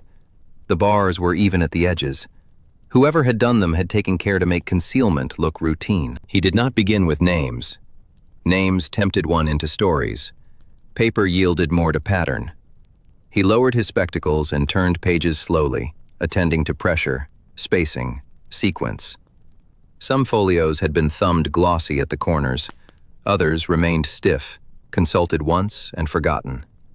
Several seals had bitten so hard into the paper that their rings rose on the reverse. In one section, the clerk had shifted from blue-black to brown ink halfway down a page without changing nib. Refilled at the desk, then. No interruption in the work. Useful. By the 6th case, the shape of it emerged. 3 children, different houses, different years, different apparent circumstances. Their welfare reviews were entered on separate days. Yet each bore the same administrative stamp in the upper corner at the same angle, with the same drag at the end of the impression where the ink had not fully taken. The school copies showed withdrawal from dormitory rolls. The guardianship notices recorded temporary reassignment to protected lodging. The welfare register referred each case onward to confidential placement, Class C, a class mark, not a destination.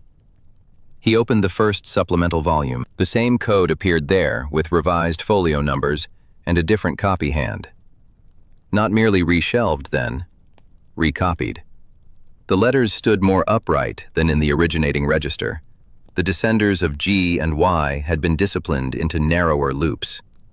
A conscientious hand, preserving a form exactly while improving its appearance by fractions. Someone had wanted continuity between systems, not storage.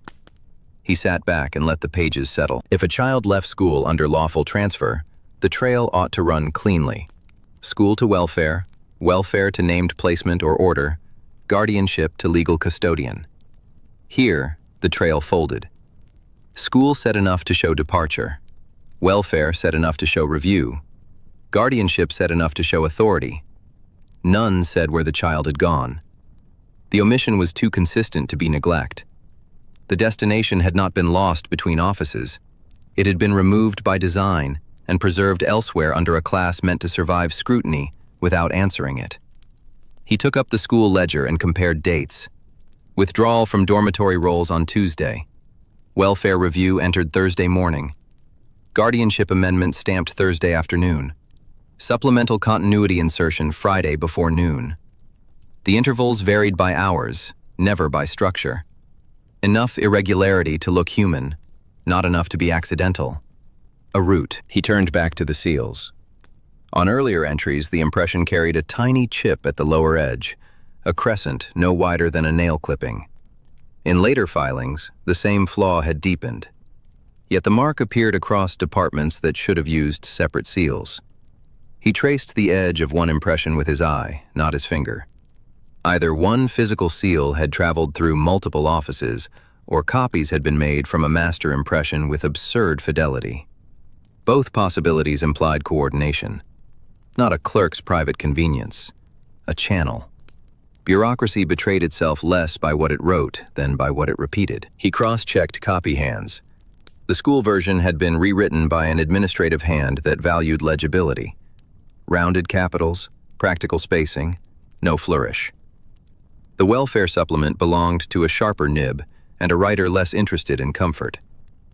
The guardianship notice was cramped, formal, determined to fit authority into too little room. 3 hands, 3 desks, 1 sequence. At the margin of one welfare entry, a note had been inserted later. See supplemental continuity file under transfer class restrictions. The reference mark beneath it used an older indexing convention, superseded 2 years before the recopying. Yet the note itself sat in newer ink. Someone had updated the instruction without updating the code. A small laziness, and therefore a gift. He followed it into the gray volume and found the case again under a revised heading. Not deleted, reclassified. Tucked beneath a broader category whose only practical effect was to make retrieval slower unless one already knew the path. The corridor from the earlier files clarified in his mind. Not stone, not hidden doors. Procedure. One office initiated removal under emergency review. Another acknowledged receipt without naming endpoint. A third regularized custody. Continuity then absorbed the case into a protected class that preserved legality while suppressing destination.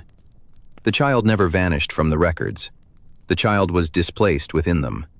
Repeatable, teachable, safe from casual inspection. He turned another page and saw that the guard sheet at the back had been replaced. The newer paste had dried lighter than the old. He eased a fingernail beneath the edge and lifted carefully. The sheet crackled.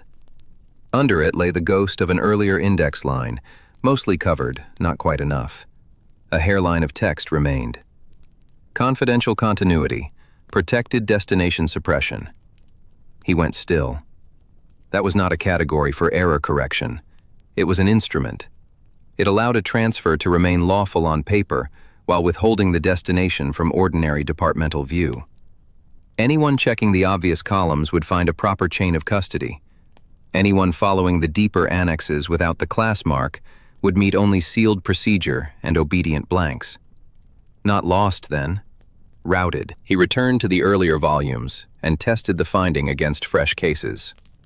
The same class mark, the same clustering of dates, the same migration through a narrow band of offices, the same damaged seal crossing departmental boundaries.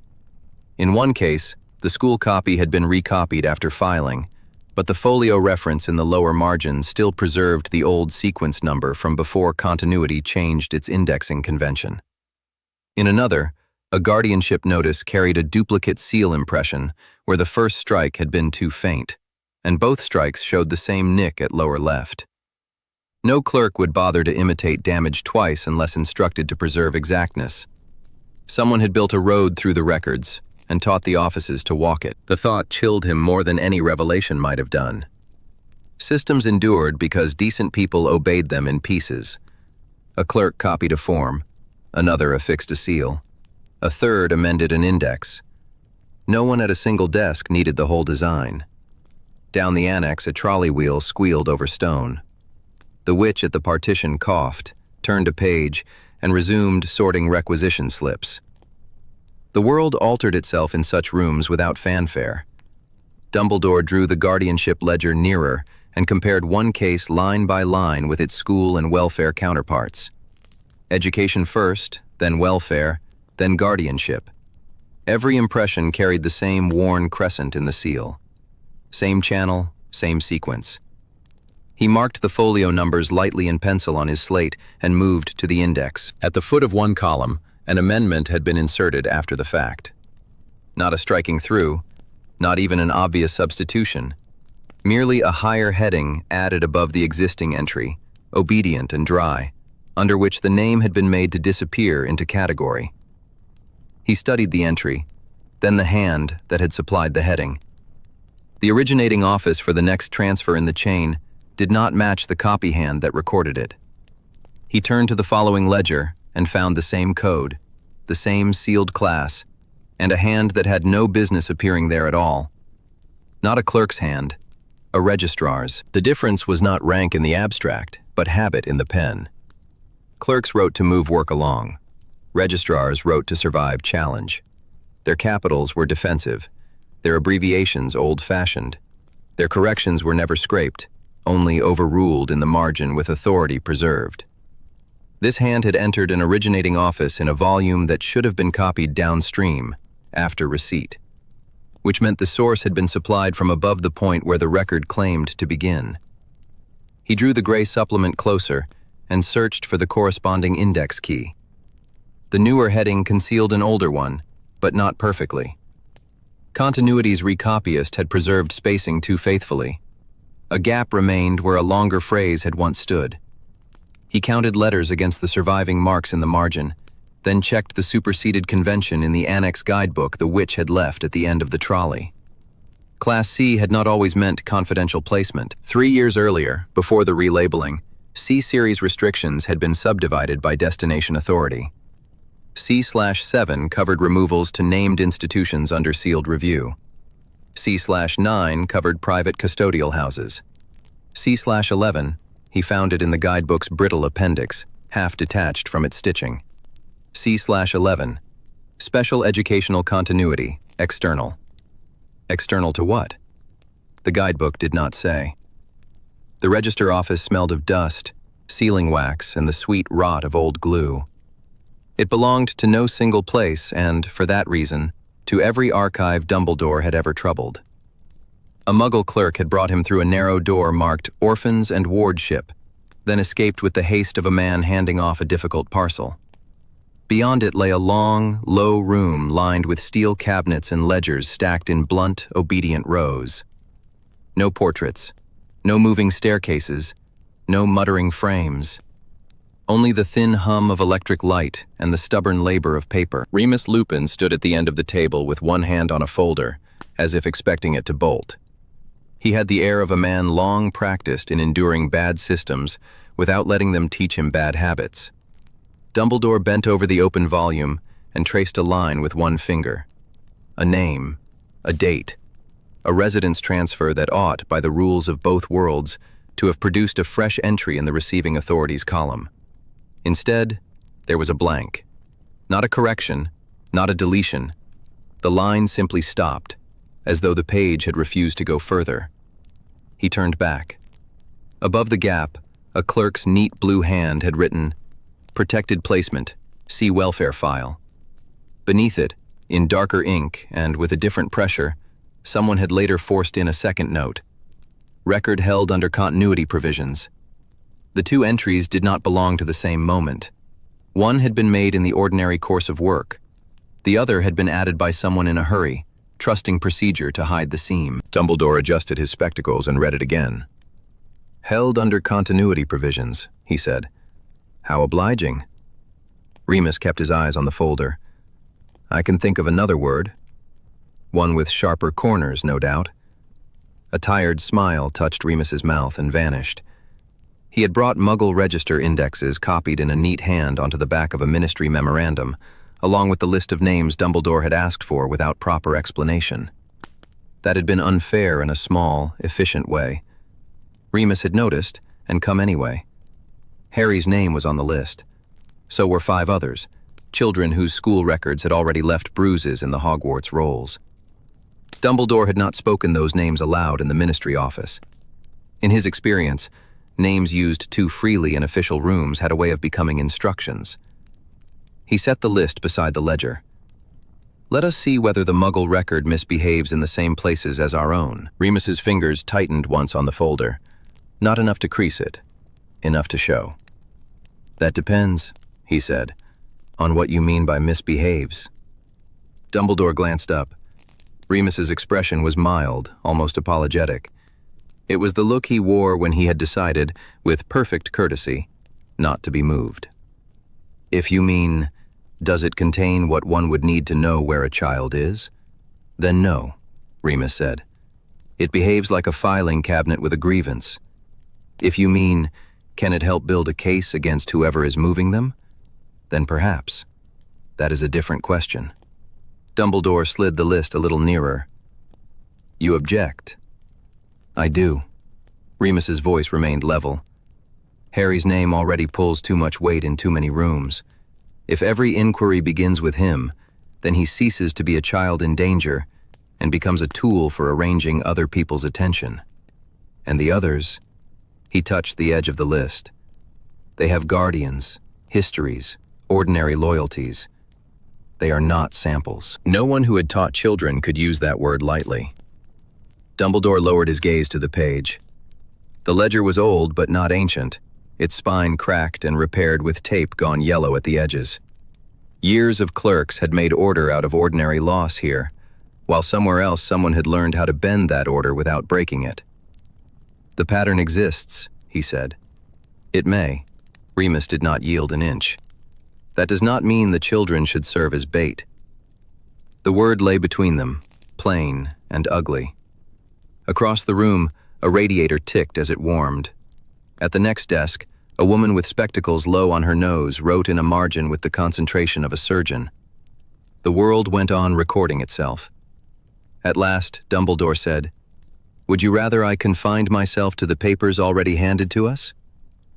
"I would rather," Remus said, "that we did not become the sort of people who think a child's file is only a door." There it was. Not heat, not indignation. A boundary set where all could see it. Dumbledore rested both hands on the table. "You think I am in danger of becoming that sort of person?" Remus was silent for a beat. He was good at silence. In him it was never emptiness, only discipline. "I think," he said, "that you are gifted at making a necessary act look harmless while it is still in your hand. Sometimes that is useful. Sometimes it means everyone else notices the cost too late." It landed cleanly because he had weighed every word before offering it. Dumbledore inclined his head. "You are right to say so." Surprise crossed Remus's face, then was mastered. Dumbledore turned back to the files. The Muggle register was thinner than the magical one by design. It had no language for wards, no mechanism for a guardian's magical standing, no natural way to track a child moved under magical concealment and then returned outside the ordinary chain of custody. It could not know what Hogwarts knew. That ignorance, properly used, became evidence. He opened the first file on the list. Transfer to protected placement, receiving office stamp. Then nothing. No follow-up address, no confirmation from the destination office, no later amendment. He opened the second, the same. The third held a faint pencil note nearly lost beneath old carbon impressions. He bent closer. No further update, file held pending review. The fourth, the fifth, the sixth, each followed the same shape. The Muggle record did not contradict the magical one. It simply ceased at the point where continuation should have been routine.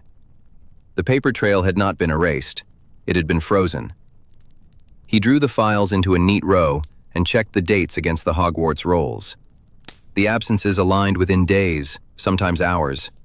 A child withdrawn from school, a welfare action, a protected placement. Then silence on the Muggle side, as if some official hand had laid itself across the page and told it to sleep. Not disappearance. That was too theatrical, and theater was a poor witness. This was administrative suffocation. The shape of it made him still. Remus saw it at once. "You have something." "Not a destination," Dumbledore said. "A stoppage." Remus stepped closer and read over his shoulder without touching the paper. "Here," Dumbledore said, pulling Harry's file to the top of the stack. "Watch the sequence. Protected placement. Continuity provisions. No later update. The same blank, after the same formula, repeated often enough to become a signature." Remus's mouth tightened. When magical authorities invoke protected placement, the Muggle record stops moving. or is prevented from moving, or some poor clerk is told, in impeccable official language, that no further action is required. Disgust roughened his voice. He had recognized a machine doing exactly what it had been built to do. Dumbledore followed the thought to its end. A child placed under sealed, protected review could be removed from ordinary contact. The school would be told only what it was permitted to know. The Muggle office, lacking any way to challenge magical authority and eager to avoid liability, would mark the case as held under continuity provisions and wait forever. No falsehood was necessary, only incompletion, formalized. He opened Harry's file again and found the same dead corridor. Welfare action, protective notation, no settling into ordinary life. No address, no guardian confirmation, no visible handoff. Whoever had arranged it understood both systems well enough to let each conceal the other's omissions. Muggle bureaucracy supplied the paper silence. Magical bureaucracy supplied the authority no one on the Muggle side could test. Whoever designed this, Remus said, knew where the seams were. Yes. And meant to use them. Yes. Remus drew a slow breath. Then this is not a gap in records. It is a method. Dumbledore let his fingers rest on the edge of Harry's file. He had spent most of his life among ministry methods. Some were merely foolish, some merely cruel. The worst were polished enough to pass for order. If this reaches the coalition, Remus said, some will see proof. Others will see you preparing to prise open every sealed case in Britain. Dumbledore looked up. And which do you see? I see both. Remus met his gaze. That is the problem. The answer was so plain it stripped away any comfort of misunderstanding. Remus went on. Use this to expose the people responsible, and I will help you. But if Harry becomes the center of every argument because his name moves a room faster than any other, the coalition will split on it. Some already are. They can accept risk to themselves. They will not accept being told that children must be dangled in front of institutions to make those institutions show their teeth. There it was at last. Not only a rebuke, but the fracture line beneath it. Dumbledore could almost map the faces. Those who would follow him through any procedural darkness if the result promised leverage. Those who had begun, with increasing unease, to ask whether his willingness to use institutions against themselves differed enough from the men who had built those institutions crooked in the first place. Those who would tolerate secrecy in war, but not the handling of children as inducements. Harry absent, and still central. Harry as pressure point, as symbol, as the name that made every room choose a side. Dumbledore closed the file with deliberate care. Then we proceed without making him the hinge, he said. Remus studied him, measuring whether this was concession or phrasing. Dumbledore spared him the labor. No circulation of his file beyond what is necessary. No argument built on his singularity where the pattern will serve. We prove the method first. We name the children last, and only where protection can follow disclosure. Some of the tension left Remus's shoulders, though not all. Sensibly, not all. And if the ministry resists? It will, said Dumbledore. That, too, is evidence. A sound escaped Remus that was almost a laugh, though there was no amusement in it. You do make danger sound tidy. Yes, Dumbledore said. You have already told me so. This time Remus's smile stayed a moment longer. Then I shall trust you to remember it. Trust, not faith, not obedience. A narrower thing, and more valuable. Dumbledore gathered the files into a stack. Around them, clerks turned pages, sharpened pencils, tied tape around bundles of paper that would outlast everyone in the room. Chapter 6. The House List. The headmaster's office had a talent for making papers seem respectable.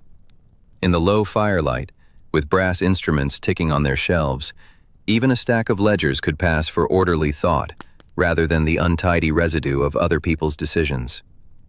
Dumbledore had spread the house rolls across his desk in 3 columns, with ministry transfer notices and welfare slips beneath them. Dust, lamp oil, old sealing wax.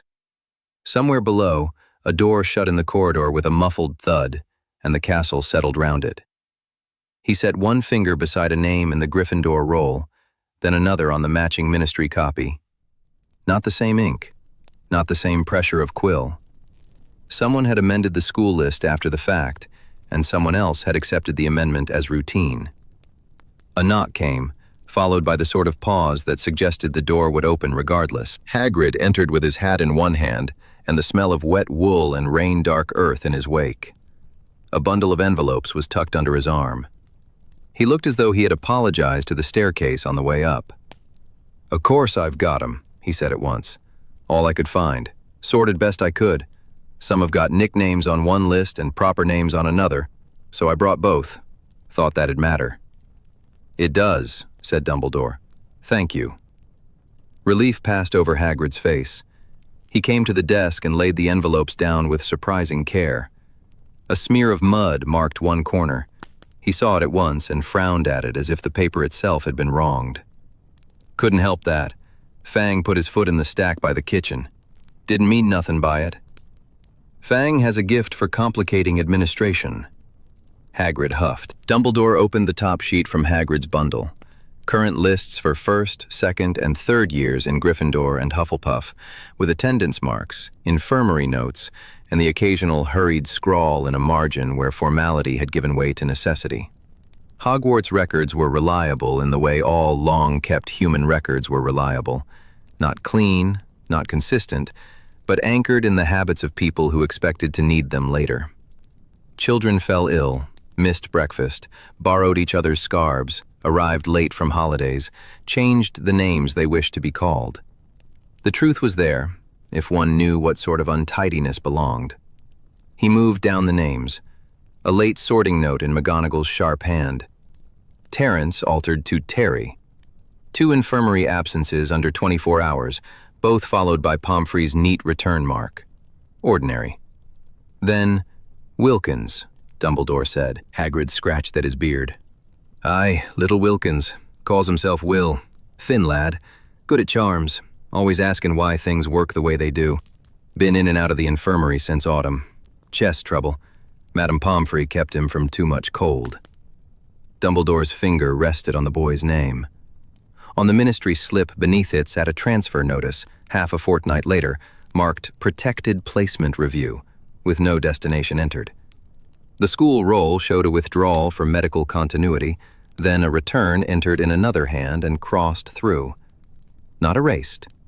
Crossed through. "Did he come back?" Dumbledore asked. Hagrid frowned, searching memory rather than paper. "I thought so. No, wait. There was a scarf of his on a bench in the entrance hall for a day or two. Blue stripes, though that don't help much. Might have been him. Might have been another boy wearing it. They swap things all the time. Honest, imprecise, useful only because it was not trying to be more than it was."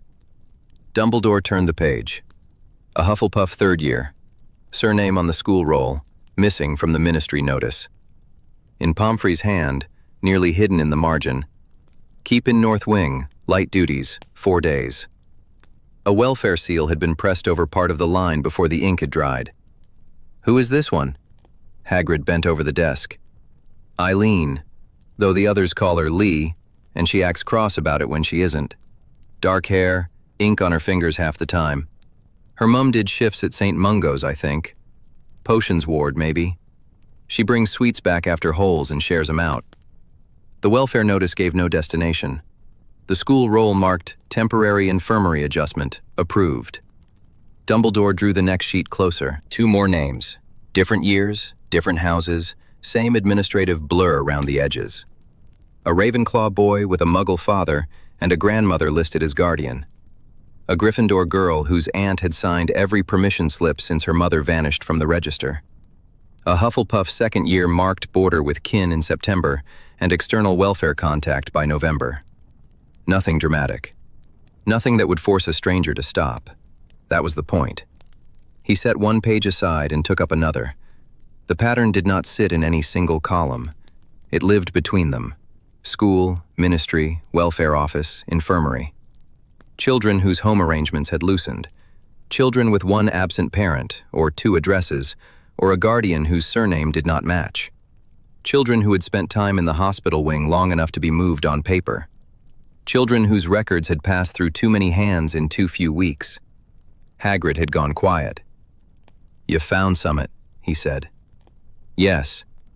"How bad?" Dumbledore spread the house lists beside the transfer slips and reached for the oldest enrollment ledger, the one that recorded first-year sorting with official care and unofficial clutter. Late annotations sat beneath several names. A child sorted after a night in the hospital wing. Another after an owl from home arrived too late for the feast. One entry amended from Hufflepuff to Gryffindor in a brisk margin note. Confirmed. The same names surfaced again. A girl living with her grandmother in Yorkshire while the children's office searched for her father. A boy whose uncle visited twice a year with signed letters and a face set for argument. Another whose mother had remarried into an old pure-blood family while guardianship was disputed, settled, disputed again. A child splitting holidays between home and an aunt's house because the wards on the family property had not held steady since his father died. The records were not false. That would have been easier. They were human documents, partial, hurried, sincere, and vulnerable to anyone who knew how institutions trusted one another's margins. Dumbledore tapped the page. "These," he said, "are the children who fit the transfer trail." Hagrid made a low sound of protest. "Not all of them. Some have just got trouble at home. Some are poorly. Some families can't fill in a form the same way twice. Hogwarts is full of that." "It is," Dumbledore said, "which is why this hides so well." He began marking the overlap in pencil. Temporary infirmary absence. Parent absent from residence records. Ministry contact within the term. Protective review seal. Change of guardian. No stable home address. Multiple annotations from separate offices in the same fortnight. When he finished, the cluster was plain enough to chill the room. Hufflepuff mostly. First through third year. A dozen names. A few Ravenclaws threaded among them, 2 Gryffindors besides. Not children who drew attention. Children who sat in the middle of the table, handed over homework on time, and learned early how not to be inconvenient. "Hufflepuff," Dumbledore said. Hagrid looked from the page to him. "Aye, that lot. I see 'em more'n some. They're common rooms near the kitchens. They come by for apple tarts, or on the way to the greenhouses. Stop me if they've got a splinter, or if Summit scared 'em in the night." He pointed, thick finger hovering above the parchment with care. "Wilkins, Eileen, Nia, the little one with braids, lives with her gran now. Tomas, always bringing me hurt hedgehogs like he's discovered treasure. Rosie, well, Rowena on the roll, but she hates it. Won't answer to it if she can help it." The names changed shape as he spoke. Not entries now, but children Dumbledore could place in corridors and at tables. Wilkins bent over a charm with his mouth open in concentration. Eileen with ink on the side of her hand. Tomas solemnly cradling some trembling creature in both palms. Nia, who had once fallen asleep in history of magic and woken in tears because she had dreamt she'd missed the train home. Rosie, correcting anyone who called her Rowena with the fierce dignity of 9 years old and no patience. A dozen names. A dozen children he knew. The office seemed smaller than it had a moment before. Hagrid shifted his weight. "Professor?" Dumbledore looked again at the marks on the page. A pattern was one thing. A pattern attached to children was another. He felt, with sudden clarity, the obscene convenience of it. Not random selection, not broad policy, but a harvest from the places where oversight thinned and adults assumed another office had already looked closely. "They are choosing the children least likely to be missed quickly," he said. Hagrid went still. "Not unloved," Dumbledore added, sharper than he intended. "That is not the same thing. But children whose absences can be explained for a little while. A guardian delayed, a medical note, a transfer under review, a family arrangement no one else quite understands." Hagrid's hand tightened round his hat. "They'd be missed." "Yes," said Dumbledore, "by the people who know them.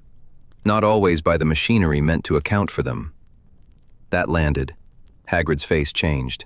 The bafflement went out of it, hurt came in, and anger behind it.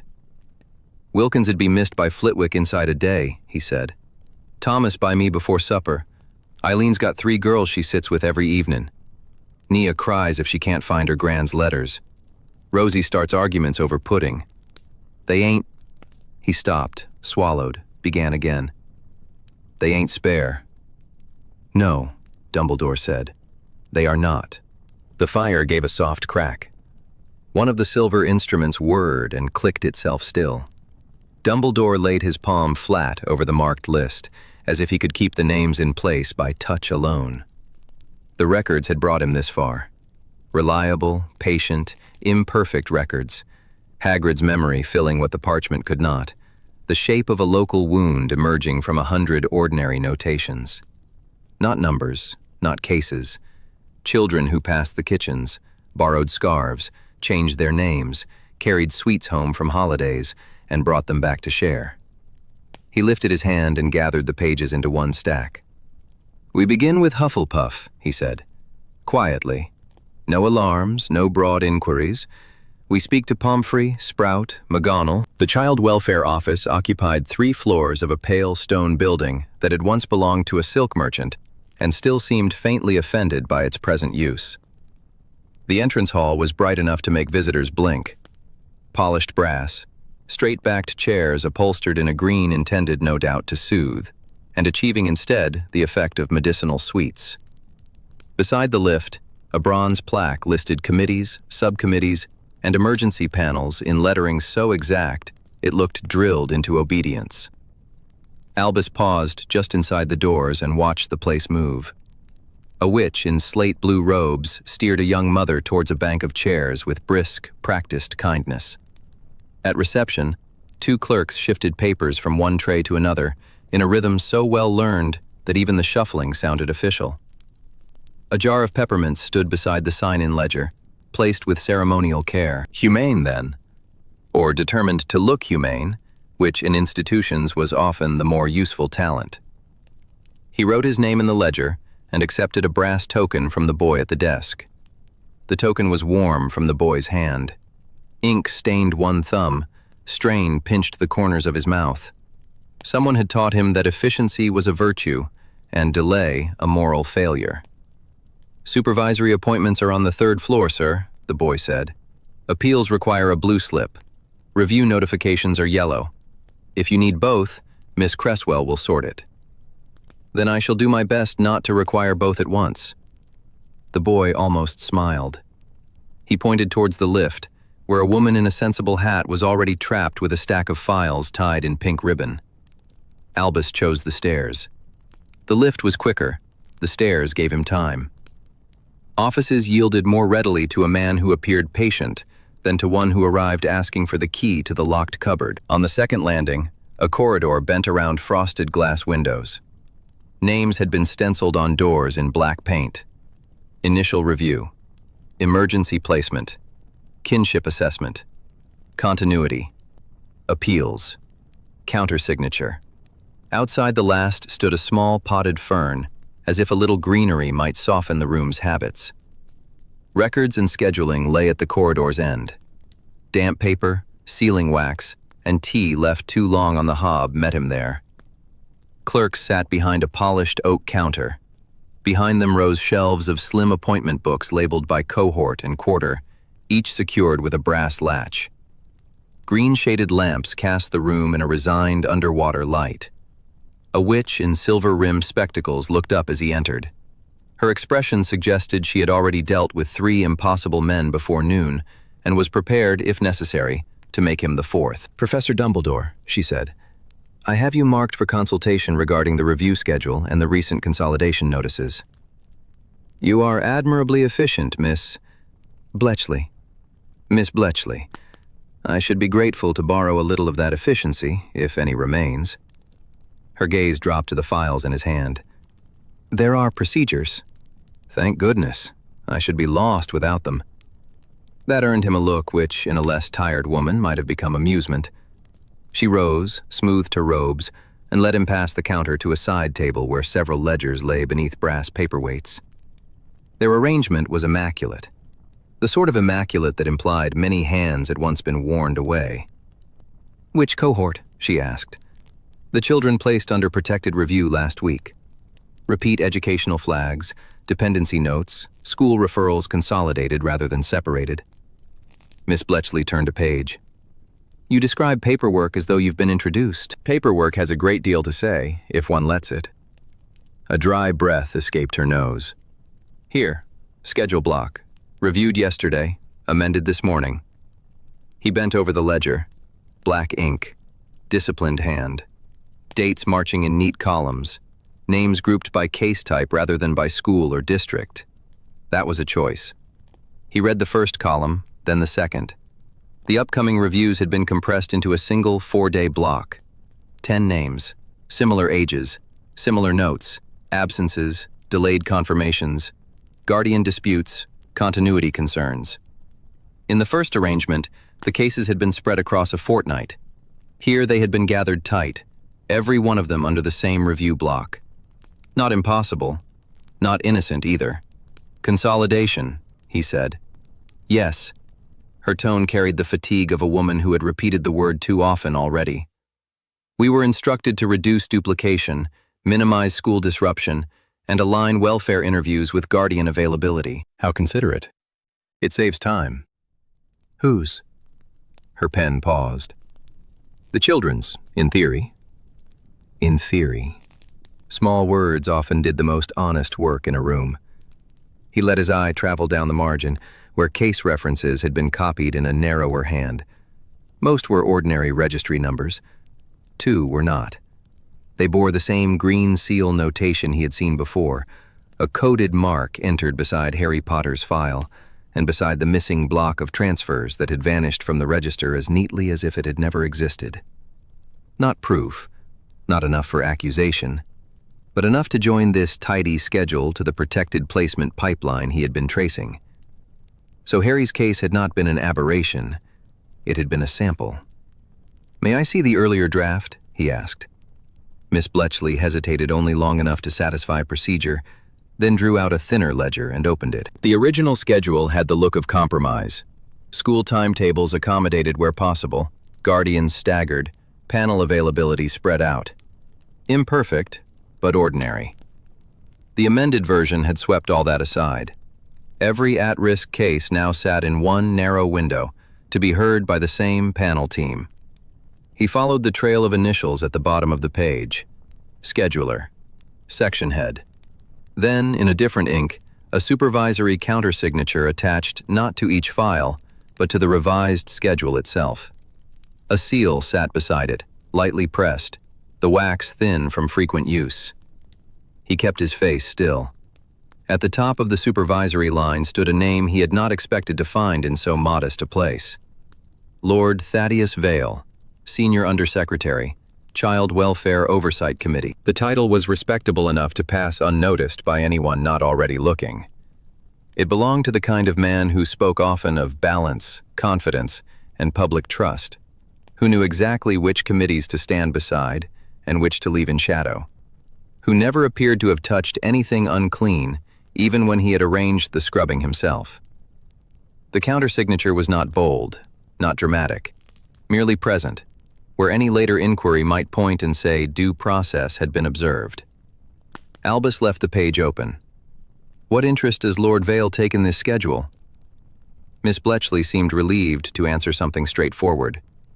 "Oversight, sir. He has supervisory authority over complex protected placements and review prioritization." "Does he often sign schedule consolidations himself?" "No." The answer came without thought. "Only where there are cross-office implications." Cross-office implications. A phrase broad enough to cover anything and reveal nothing. And this block was moved on his instruction? It was amended under his countersignature. By whom? Her mouth thinned. By registry, following committee direction. Which meant the order had traveled through exactly enough hands to become untraceable and no more. Elegant. Clean. Bureaucracies preferred their violence that way. It kept the ledgers tidy. He looked again at the 10 names. 10 children. 10 reviews. 1 panel. "Miss Bletchley," he said, his voice mild. "If a child is ordered into immediate removal after review, does that ordinarily happen the same day?" She glanced towards the corridor, then back to him. "If the panel seals a temporary protective move, yes. Transport can be arranged from the office that afternoon. And if the reviews are grouped together? It allows the transport list to be prepared in advance." There it was. No confession, no flourish, only the plain administrative shape of intent. He thanked her and turned another page, as though his curiosity remained merely procedural. The next sheet held the office rota for escort staff, hearing officers, and transport runners. Names had been assigned around the consolidated block. More telling still, the runner's schedule had been entered yesterday and amended twice since. His eye caught the final line of the escort column. 2 external carriages, departure slots held open. 1 at 11, 1 at 1:30. Not today, tomorrow. Beside the second slot, a notation in the margin. Emergency use only. Reserve if panel extends. If panel extends. As though fear and confusion were no more than a scheduling inconvenience to be anticipated and absorbed. He closed the ledger with care and straightened. "Who has seen this revision?" "Section heads, panel clerk, this week's chair." Miss Bletchley folded her hands. "And Lord Vale's office." Of course, nothing in the room changed. A clerk at the counter checked signatures against a list with weary concentration. Another coaxed a kettle into pouring tea. A third tied up a bundle of files with string. Ordinary people, doing ordinary work, each movement part of a machine none of them likely believed capable of cruelty. That was the danger of such places. They did not require villains in masks. They required respectable men, careful women, and tired clerks with no time to ask why everything had become so efficient all at once. He fixed the names in his mind. The eldest child in the block, the youngest, the siblings who would be told separation was temporary, the one with the school note marked disruptive, which usually meant frightened. And somewhere behind those coded green marks, the same channel that had touched Harry's file and swallowed a numbered transfer block whole. Tomorrow, by 1:30, these 10 could be gone into placements chosen under the shelter of procedure. Once dispersed, recovering them would become not impossible, but slow. Slow enough to lose them. Slow enough, perhaps, to lose Harry as well, if the same hands closed more doors before he reached them. He rested his fingertips on the closed ledger. "Miss Bletchley," he said, "if a review were delayed, by missing papers, say, or a defect in notice, how long before it could be reconvened?" Her eyes narrowed. She was not a fool. "With this panel? A week, perhaps more. There's a holiday sitting after that. Why?" Professional curiosity. She held his gaze for a beat too long, then said, "There are strict penalties for interference with review process." "Yes," said Albus. "Institutions are always sternest when one interrupts them." He gathered his gloves, though he did not yet put them on. Tomorrow. That was the shape of it now. Not unease, not suspicion. A clock. By tomorrow afternoon, the children would either still be where he could reach them, or they would vanish behind signatures, transport orders, and sealed placements. If the law would not move quickly enough, then the law would have to stumble. A missing file, a challenged notice, a panel without quorum, a carriage that did not arrive. He did not yet know which stone to pull from the wall, only that he was prepared to pull one, perhaps several. "Thank you, Miss Bletchley," he said. She looked at him with the wary asterisk. Chapter 7. The Quiet Architect. The records annex smelled of old paper, wax, and the faint iron tang of preservation charms worked past grace. It was a narrow room sunk beneath the ministry, lit too brightly by lamps that denied both hour and depth. Cabinets stood in long, joyless rows. Their labels were exact. Their order suggested honesty. Albus had learned long ago that order often served the opposite. He stood over the latest ledger without opening it. The room had already begun speaking in smaller ways. A shelf against the inner wall had been straightened beyond habit. One drawer sat flush where its neighbors stood a fraction proud. A stack of transfer slips had been disturbed and returned by someone who believed precision could imitate innocence. It rarely did. The door clicked behind him. He did not turn at once. Severus Snape entered rooms as if they had offended him by existing. "You are late," Albus said. "I was delayed," Snape replied. A clerk discovered a devotion to procedure, trying. That drew the ghost of a smile. Albus turned. Snape wore black, severe even by his own standards, and carried a narrow file box under one arm with the air of a man transporting something necessary and distasteful. His expression was composed, his eyes hard. Useful, not cordial. Albus had expected nothing else. "You found something." "I found that someone has started correcting for your methods," Snape said, crossing to the table, "which I dislike. It suggests either intelligence or warning." He set the box down with care, not reverence, containment. "The cleaning here is clumsy in places," he went on. "Outer indexes altered, routing references replaced, entire entries redirected into administrative fog. But the hand behind it is not clumsy, only hurried." "Most concealment grows careless under pressure," Albus said. Snape gave him a thin look. "This has not grown careless. It has grown urgent. I would prefer you kept the distinction." Albus opened the ledger. The parchment answered with a dry complaint. Some names remained. Others had been rubbed out so thoroughly that the page shone where ink had once bitten. In the margin beside a string of child welfare transfers, a notation in green had been struck through by charm work that removed the letters but not the force of the hand that made them. He touched the page. No spell, no flourish, only pressure and the memory of it.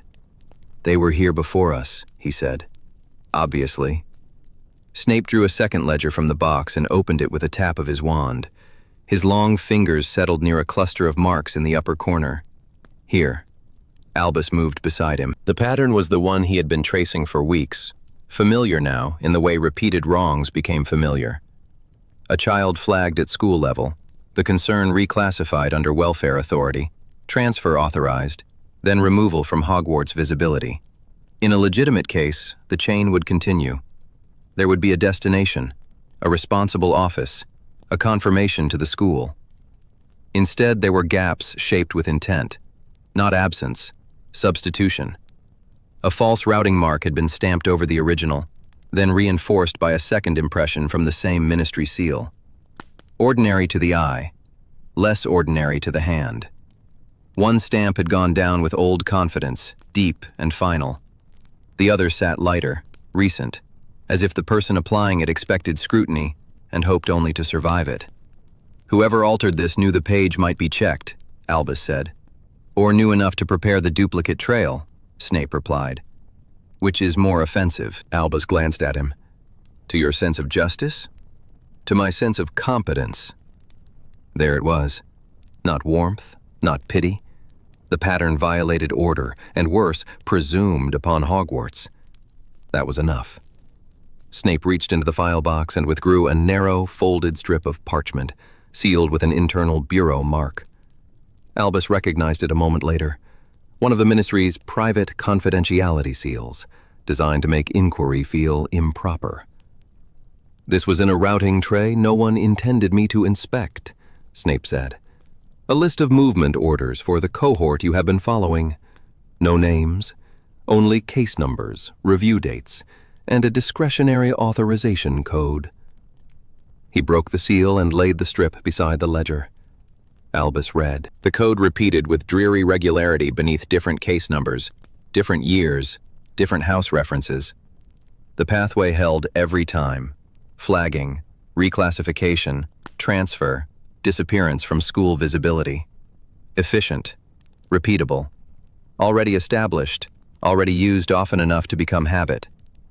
Under each chain sat the same discretionary review mark, neat and bloodless. He looked to the dates. "These are current," he said. Snape's mouth tightened. "The remaining files are marked for imminent movement. If the orders stand, they will be shifted within days. Not a dramatic revelation. Worse, administration in motion. Albus turned another page. Harry Potter's reference did not leap from the parchment. It sat there in the margin with bureaucratic modesty, linked by cross-index and review code to the same route as the others. No confession. No villain's flourish.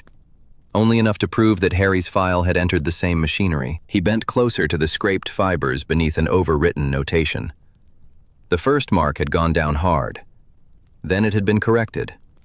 Then corrected again, not to erase the original entirely, but to create the impression that the original had never mattered. Yet parchment remembered force. Under the lamp, the fibers caught the light and betrayed the hand that had pressed them. Harry's file passed through this channel, he said. Snape exhaled through his nose. Yes. Confirmation matters. It matters less than speed. Only if one intends to lose. That won him a brief, black stare. Snape flicked his wand. A third ledger opened to a page of school visibility logs, the dull, indispensable records most people ignored because they lacked drama. Columns ran in patient order. Name, house, status, location authority, confirmation. Several entries had been amended by hand. One had been blacked out and replaced with a blank line.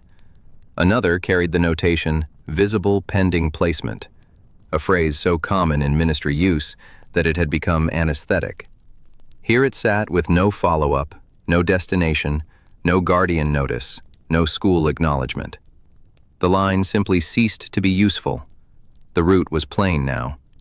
At school level, a child was flagged, welfare concern, home review, protective inquiry, whatever language best softened the act. The case was reclassified under a category broad enough to displace Hogwarts authority. Transfer papers were issued through child welfare. The records annex processed the change. Then the child vanished from school visibility, not from existence on paper, but from any line of sight the school could lawfully claim. The annex did not produce revelations.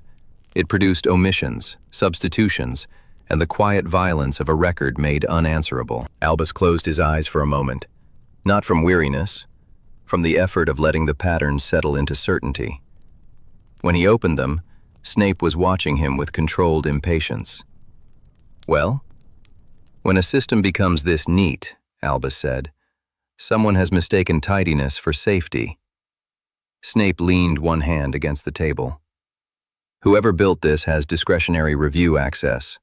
Senior enough to alter internal routing, senior enough to expect no challenge.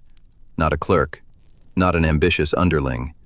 The authorizations are too consistent, and the substitutions too well placed. And the same office touched each disputed transfer? Yes.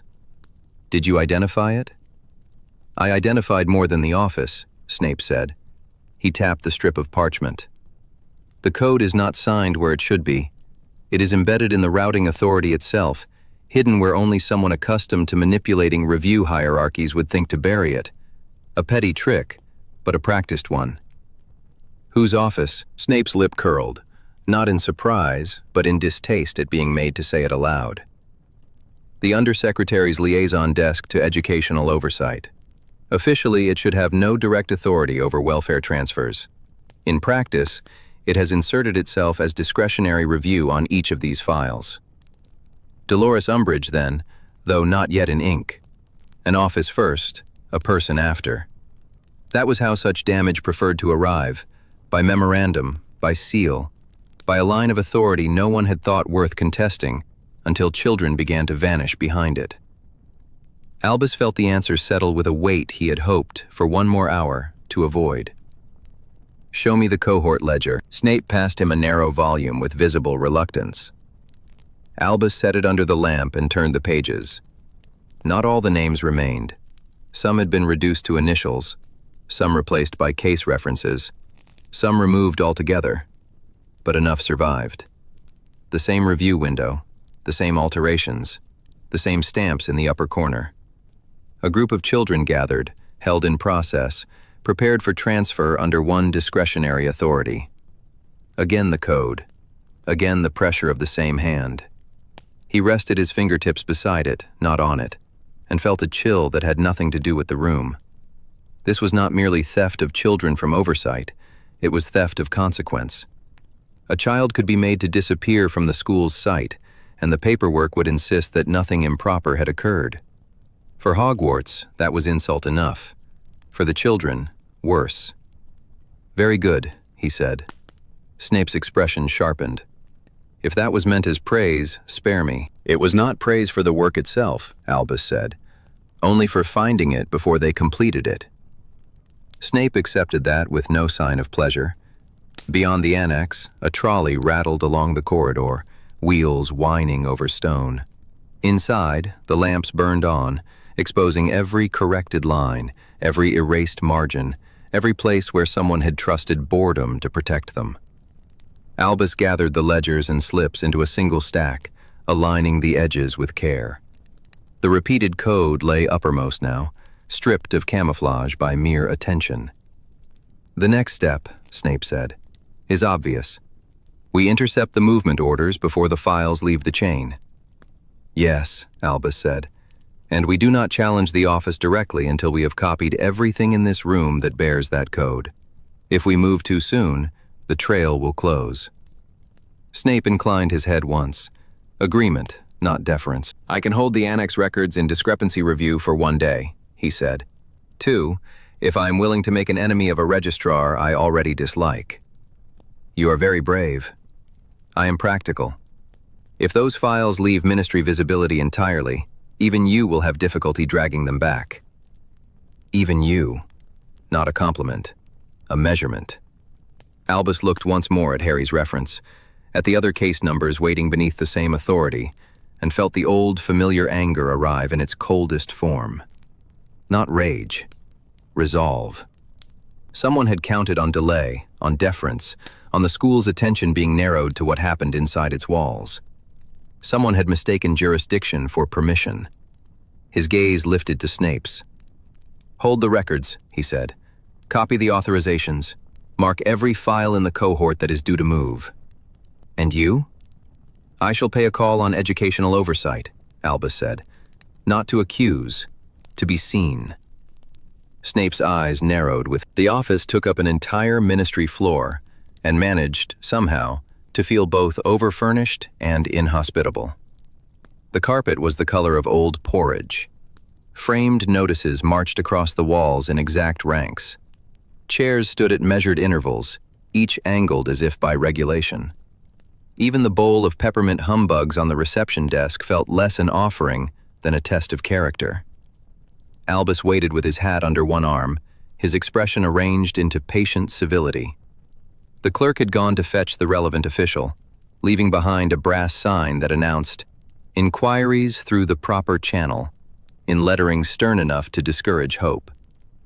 Beyond the glass partition, an administrator bent over a stack of files, making neat marks in green ink. Her movements were spare and economical. Nothing wasted, nothing hurried. When she rose, she did so with the composure of someone who had never needed to raise her voice to be obeyed. "Professor Dumbledore," she said as she emerged. "Thank you for waiting. Miss Harrow, Child Welfare Assessment and Placement." Her robes were immaculate. At her throat sat a silver brooch shaped like a small, open hand. Her face held the measured kindness of a well-drafted policy. "Miss Harrow," Albus said, "a pleasure to meet the machinery in person." If she found that impertinent, she did not show it. "We do try to keep matters running smoothly. This way, if you please." She led him into a private room with a long table, 3 chairs, and a cabinet full of sealed folders stamped in green wax. Through the window, the ministry's inner court lay in orderly miniature. Pale stone, clipped hedges, a fountain sending up a narrow thread of water too disciplined to sparkle. There was not a single plant in the room. It would have needed to submit a form. Miss Harrow waited for him to sit before taking the chair opposite. Courtesy, Albus reflected, was often only procedure in gloves. "I understand you have concerns," she said. "I have questions," said Albus. "Concerns are what remain when questions are refused." A faint shift touched her mouth, not quite a smile. Then let us see whether we can avoid that. He set a packet of copies on the table, never originals. He had not survived this long by confusing trust with optimism. The top sheet was Harry Potter's attendance record from Hogwarts, cross-referenced with a welfare notation and a wardship entry from the New Child Authority. Beneath it lay 3 other names from the same house cohort, each marked with the same green seal code, each showing absences and amendments that did not fit any ordinary review, relocation, or temporary leave. Miss Harrow glanced down. Her eyes moved quickly. Her hands did not. "I believe," Albus said, "that these children were placed under emergency supervision. Yet the school was not notified in the usual manner. Their house records were amended after the fact, and no destination appears in the open chain. If one wished to trace them, one would find the map curiously incomplete." "Our procedures protect confidentiality," she said at once, "especially for vulnerable minors." "Quite. Confidentiality is a noble thing, so long as it does not become indistinguishable from disappearance." Her gaze lifted to his. Calm, direct, administrative. "The school's authority is educational. Our office acts where welfare is concerned. Under the reform, child safety takes precedence over institutional custom." Institutional custom. Hogwarts reduced to a bad habit. Albus folded his hands. Under the same reform, a lawful guardian's authority over a child's residence and educational permissions may be modified only by a duly recorded order. In certain circumstances, yes. Then Harry Potter's guardian status is not decorative. It determines where he may be placed, who may remove him, and whether Hogwarts may continue to act in loco parentis without challenge. "It does," Miss Harrow said. "Too clean, too ready." "Then I am sure you understand my interest," said Albus. "In a file that shows protected placement but no clear domicile, no transfer receipt, and no record that the school was served before its attendance roll was altered." She touched the top page with one finger. "You have been consulting records outside your remit." "I have been consulting records concerning children in my care." "You do not have standing to inspect sealed welfare matters." "No," said Albus, "but I do have standing to notice when a child ceases to leave ordinary traces." Silence settled. Beyond the wall, a trolley squeaked along the corridor and stopped. The room smelled of dust, hot ink, and parchment scrubbed too often with cleansing charms. Miss Harrow lifted the second sheet and read the names beneath Harry's. "These are not missing children. They are under active review, yet absent from their houses. Attendance may be held in abeyance. For how long? That depends on the case." "And on the office," Albus said. Her eyes sharpened. "If you are suggesting impropriety, Professor, I advise caution. This office is one of the reform's principal safeguards. Not everyone welcomes oversight." "Few people do," said Albus. "Least of all those who benefit from not being seen." She placed the papers down with exact precision. "You have brought me impressions and irregularities and ask me to treat them as proof. The ministry is busy. New systems produce friction.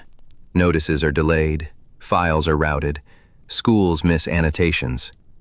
That is regrettable. It is not evidence of wrongdoing. Not evidence. Not impossible." Albus drew out a second packet, older and more handled, and laid it beside the first. "The attendance trail," he said. "Harry's case is the clearest, but not the only one. You will observe that whenever his lawful guardian status is invoked, educational authority shifts with it. The first notice preserves Hogwarts' right of contact. The second suspends ordinary visitation. The third redirects all decisions to your office. None of that is necessarily unlawful. The difficulty lies in the sequence." Miss Harrow did not reach for the packet. "What sequence?" "The house withdrawals," said Albus. 3 children from the same cohort. 2 removed after Harry's file was altered, 1 before. Each withdrawal was followed by a correction to the house register within 8 hours. Each correction bears the same authorization code, and each code was entered before the source notice existed. Her posture changed by a fraction. A clerk's flinch, not a criminal's. More useful than outrage. "That is an administrative convenience," she said. An admirable one, Albus replied, though I confess I had not known your office could authorize an emergency before the emergency had been issued. For the first time, she looked fully at the papers rather than at him. The quiet in the room thickened.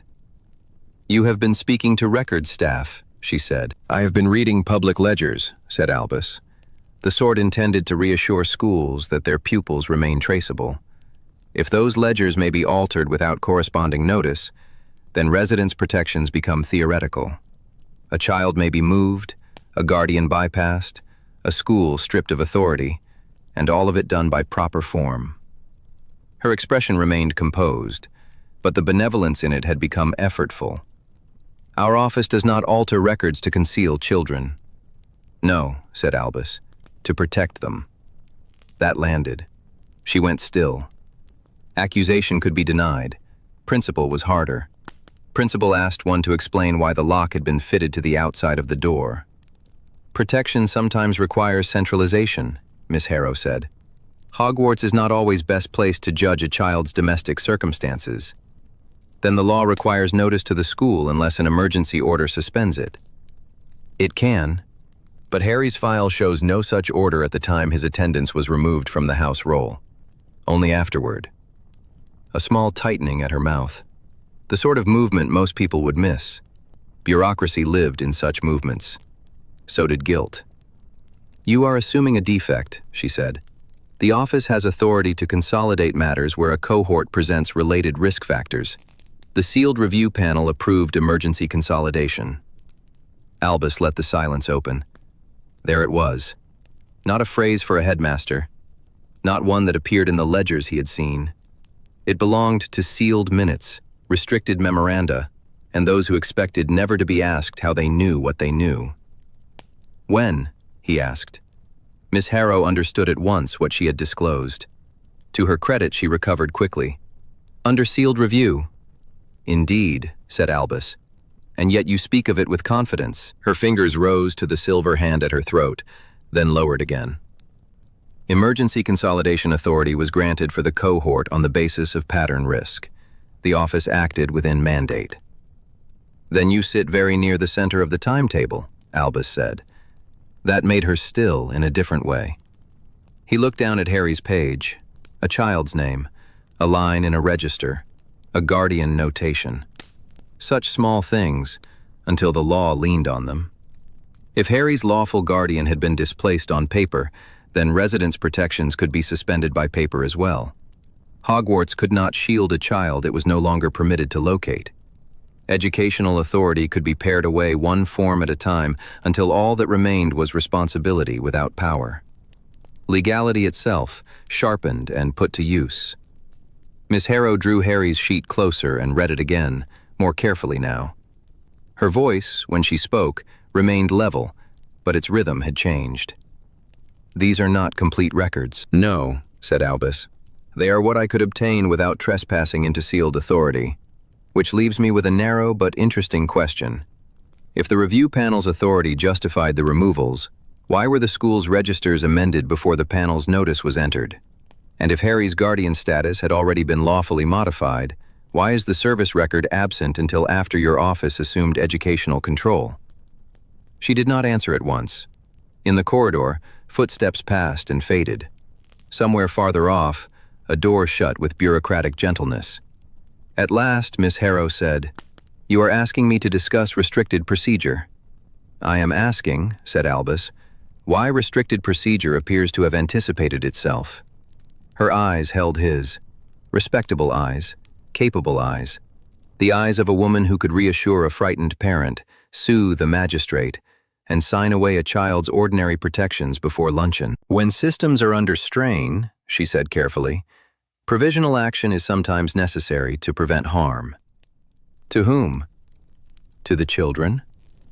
"Then you will have no objection," said Albus, "to producing the order that lawfully displaced Harry Potter's guardian authority before his residence protections were interrupted and Hogwarts' educational standing curtailed." A beat. "That order is sealed." "Of course it is." He rose, taking his hat. Miss Harrow remained seated, composed once more, though the composition had become visible. "I do not doubt," Albus said, "that your office can justify almost anything after the fact. The difficulty is that children must survive the interval before justification arrives." Her chin lifted. "If you intend to challenge the office, Professor, there are channels." He inclined his head towards the brass sign visible through the open door. "I had gathered as much." Then... Chapter 8. Custody of the Unclaimed. The Wizengamot chamber had been built to make obedience feel like good sense. It managed this by being vast, cold, and lined in wood so dark it seemed to drink the light. Albus stood before the raised benches and waited while the room arranged itself around its own importance. Clerks bent over ledgers. The presiding witch sat at the center table, quill poised above the docket. Beside the door, under glass, a legal notice declared the chamber's authority over sealed welfare matters. Privacy, in ministry language, often meant only the powerful were allowed to know where the bodies had gone. At his left, Sirius looked as though he had been invited to admire a cell. He had made a token effort at neatness. His collar stood open, one cuff hung loose, and impatience kept running through him in small, visible jolts. Remus sat a little behind them, papers aligned, posture composed. Only the strain at the corners of his mouth gave him away. The presiding witch lifted her eyes. "Professor Dumbledore, the chamber has accepted your submission. You may proceed with specific objections to the consolidation order." Specific objections. Not causes, not children, not Harry. Albus inclined his head. "I shall do my best to be usefully narrow." A few quills moved. Sirius let out a brief, contemptuous breath. Albus opened Harry's file on the table between them. The pages had the clean, over-handled look of records examined by many officials and understood by none. He turned the top sheet towards the bench. "This file records an emergency consolidation transfer on the 23rd of September. On the same date, it records the suspension of the boys' school residence protections." He laid a certified copy of the Hogwarts attendance book beside it. Yet Hogwarts marks Harry Potter present at breakfast roll and absent only after midday. If he was lawfully removed in the morning, the school should have been notified before lessons.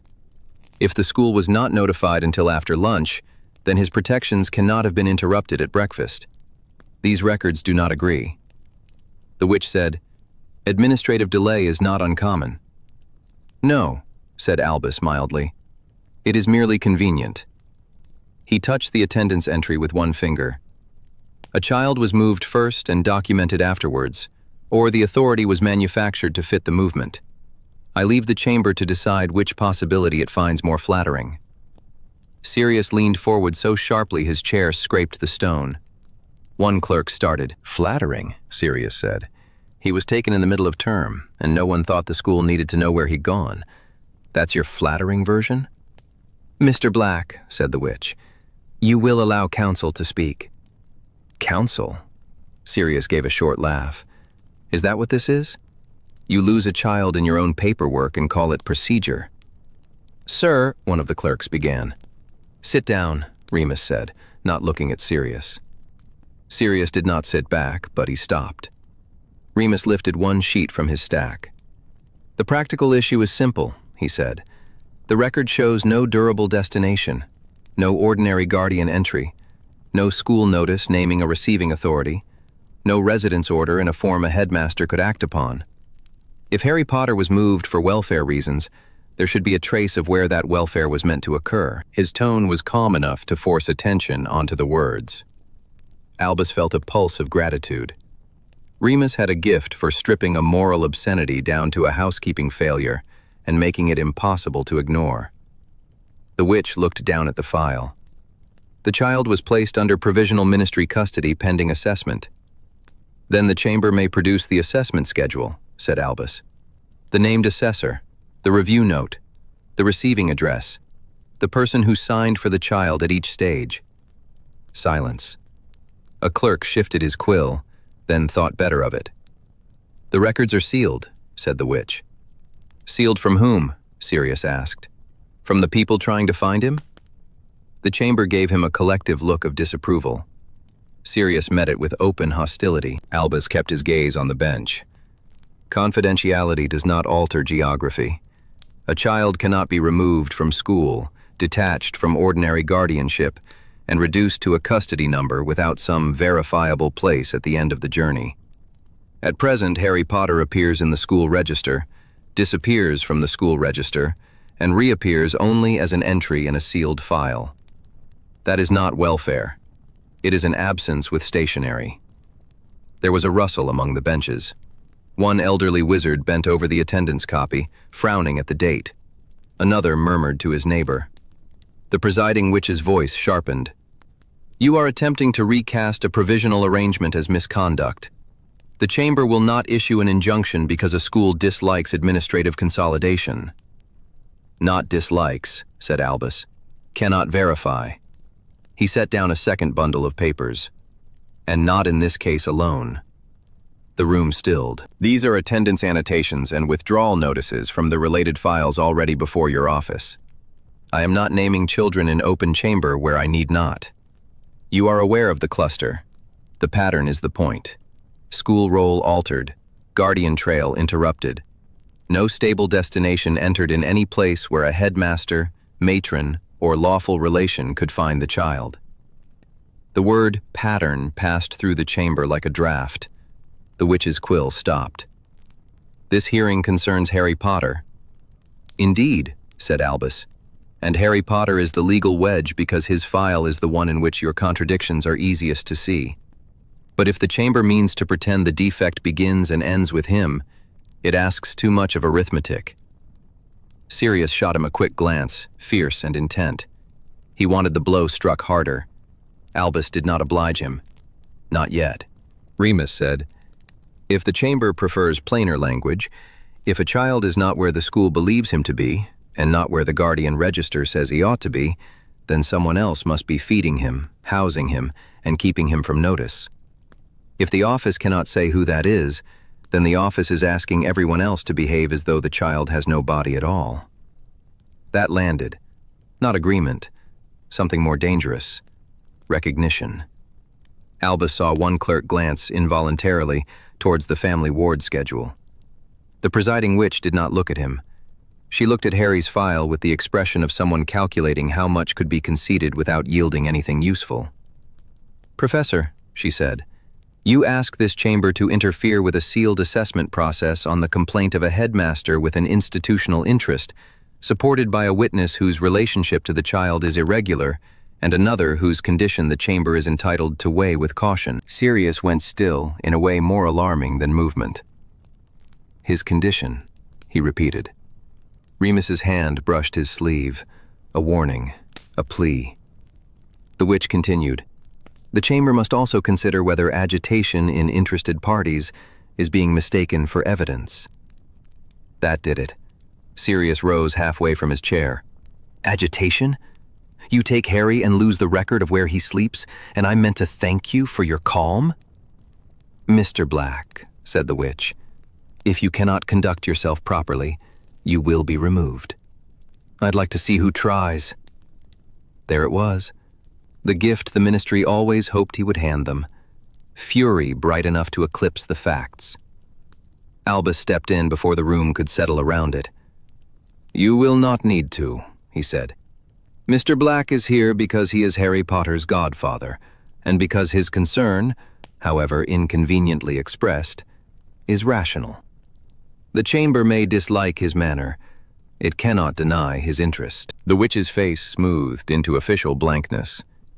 "A godfather does not supersede emergency custody."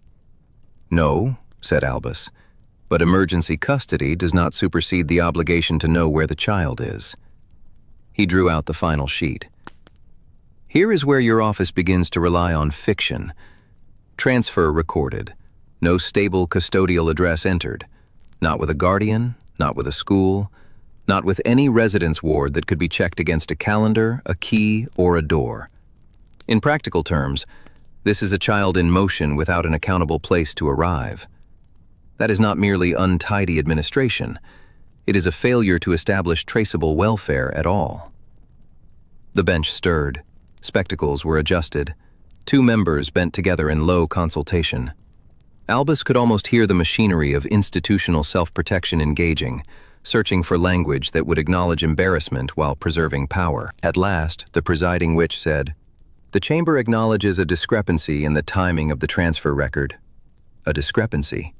A child vanished into a filing error. However, she went on, in the absence of a verified alternative placement and in light of the sealed nature of the ongoing assessment, provisional ministry custody shall stand. The requested injunction against consolidation transfers is denied. For one beat, the words did not settle. Then they did. Denied, pending, sealed. Sirius made a raw sound and surged to his feet. Remus caught his forearm hard enough to stop him, though not without effort. "Sit down," Remus said under his breath. "Did you hear that?" Sirius said, not taking his eyes off the bench. "They admit the record's wrong and keep him anyway." No one answered him. They did not need to. The answer had already been written. Albus remained where he was, hands light on the table. He looked at the witch and let the silence lengthen until it became uncomfortable. "So the chamber's position," he said at last, "is that a child may be removed from school, severed from ordinary guardianship, and retained by the ministry without a verifiable address, provided the ministry promises itself that an assessment is in progress." "The chamber has said no such thing," the witch replied. "It has said pending." "Ah," said Albus, "a finer word for the same dark corridor." A flush touched one clerk's face. Another bent lower over his ledger and wrote with determined speed, as though the act of recording might absolve him of what he recorded. The witch signaled for the seal. Wax was brought at once, ready before the order had even finished being spoken. Of course it was. Procedure liked to arrive prepared for its own vindication. Sirius gave a short, unbelieving laugh that broke at the edges. Anger, yes. But beneath it, Albus heard the more dangerous thing. The old helplessness, dragged into the light and made to stand upright in public. Remus still had hold of his arm. His face had gone pale with contained fury. The seal came down. Not resolution, not remedy. Only confirmation that the machine had seen the gap, named it, and chosen to build around it. Albus closed Harry's file with deliberate care. The sound was small in that large room. "Thank you," he said. The witch blinked, as if she had expected protest. "For what?" she asked before she could stop herself. "For making the defect plain," said Albus. He gathered the papers. Around them, the chamber had already begun the brisk, embarrassed rustle by which institutions reassure themselves. The family ward at St. Mungo's had been built to reassure. It did not. The chairs were scrubbed to a hard shine. Curtains round the beds had been patched in bright colors, now faded to the hue of old medicine. A brass plaque on the wall declared in rounded lettering that privacy and dignity were the concern of every healer in the ward. Beneath it ran a corridor of polished floor past 3 treatment rooms, 2 assessment cubicles, and a desk where a witch with a quill like a knitting needle kept her eyes on her papers rather than the children brought through the door. Albus folded his hands behind his back and looked as though he were merely taking in the arrangements. Arrangement, he thought, was the word people used when they feared plainer ones. Remus stood beside him in shabby robes that made him easy to underestimate. The mistake never lasted. He had taken in the ward at a glance and already sorted it into useful categories: bed occupancy, turnover, who was being hurried, who was being left waiting, which notices had been pinned up by healers and which had arrived from elsewhere.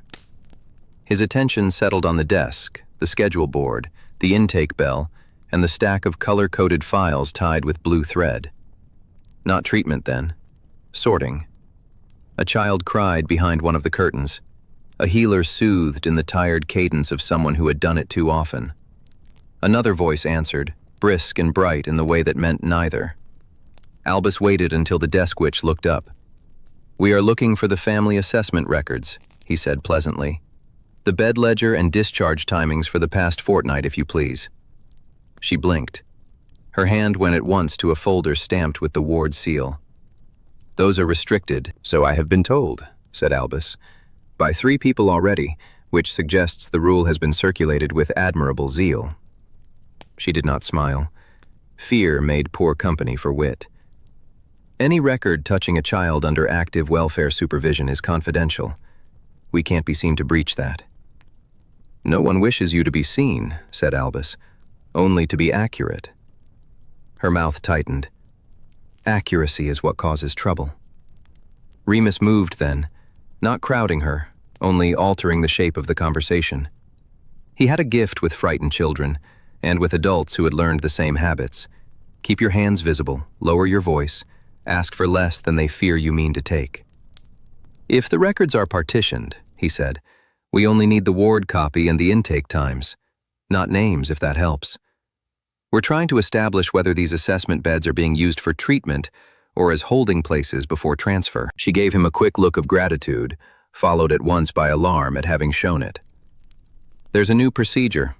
The ministry says the assessment track is to be kept separate from medical admissions. Children under review aren't to be mixed with ordinary cases unless there's an emergency. Who decides the emergency? Remus asked. Her eyes flicked towards the corridor, towards the muffled voices beyond it. The office does. Albus inclined his head. Then the office has made itself indispensable. She lowered her voice. If I show you anything, I need to know who's asking. Albus Dumbledore, he said, and smiled when she glanced from beard to robes to face and found the answer inconveniently plausible. And Remus Lupin, who reads institutions as well as most people read books. Remus shot him a sideways look and stepped nearer the desk. We're not here to expose ward staff, he said. We need the sequence. Admissions, reviews, discharges. If the timings are wrong, the rest follows. That, Albus thought, was why Remus mattered here. Not because he could charm a child into calm, though he could. Not because he knew how frightened people lied, though he did. Because he knew how systems lied as well, and where they forgot to make the lies line up. The witch drew the folder towards her and opened it a fraction. Inside were narrow, ruled pages packed with names, times, initials in different inks. Clipped over them was another packet stamped with the ministry's child welfare seal, green wax flattened into the paper. The ward had kept its own working record. The ministry had laid a cleaner version over the top like a false floor. Assessments, the witch said, with the stiffness of someone repeating policy she did not trust, are to be reviewed within 24 hours unless the child requires stabilizing care. Of course, said Albus. Nothing steadies a child like a deadline. She ignored him. These are temporary placements. The ward is not a destination. No, thought Albus, merely a station with polished rails.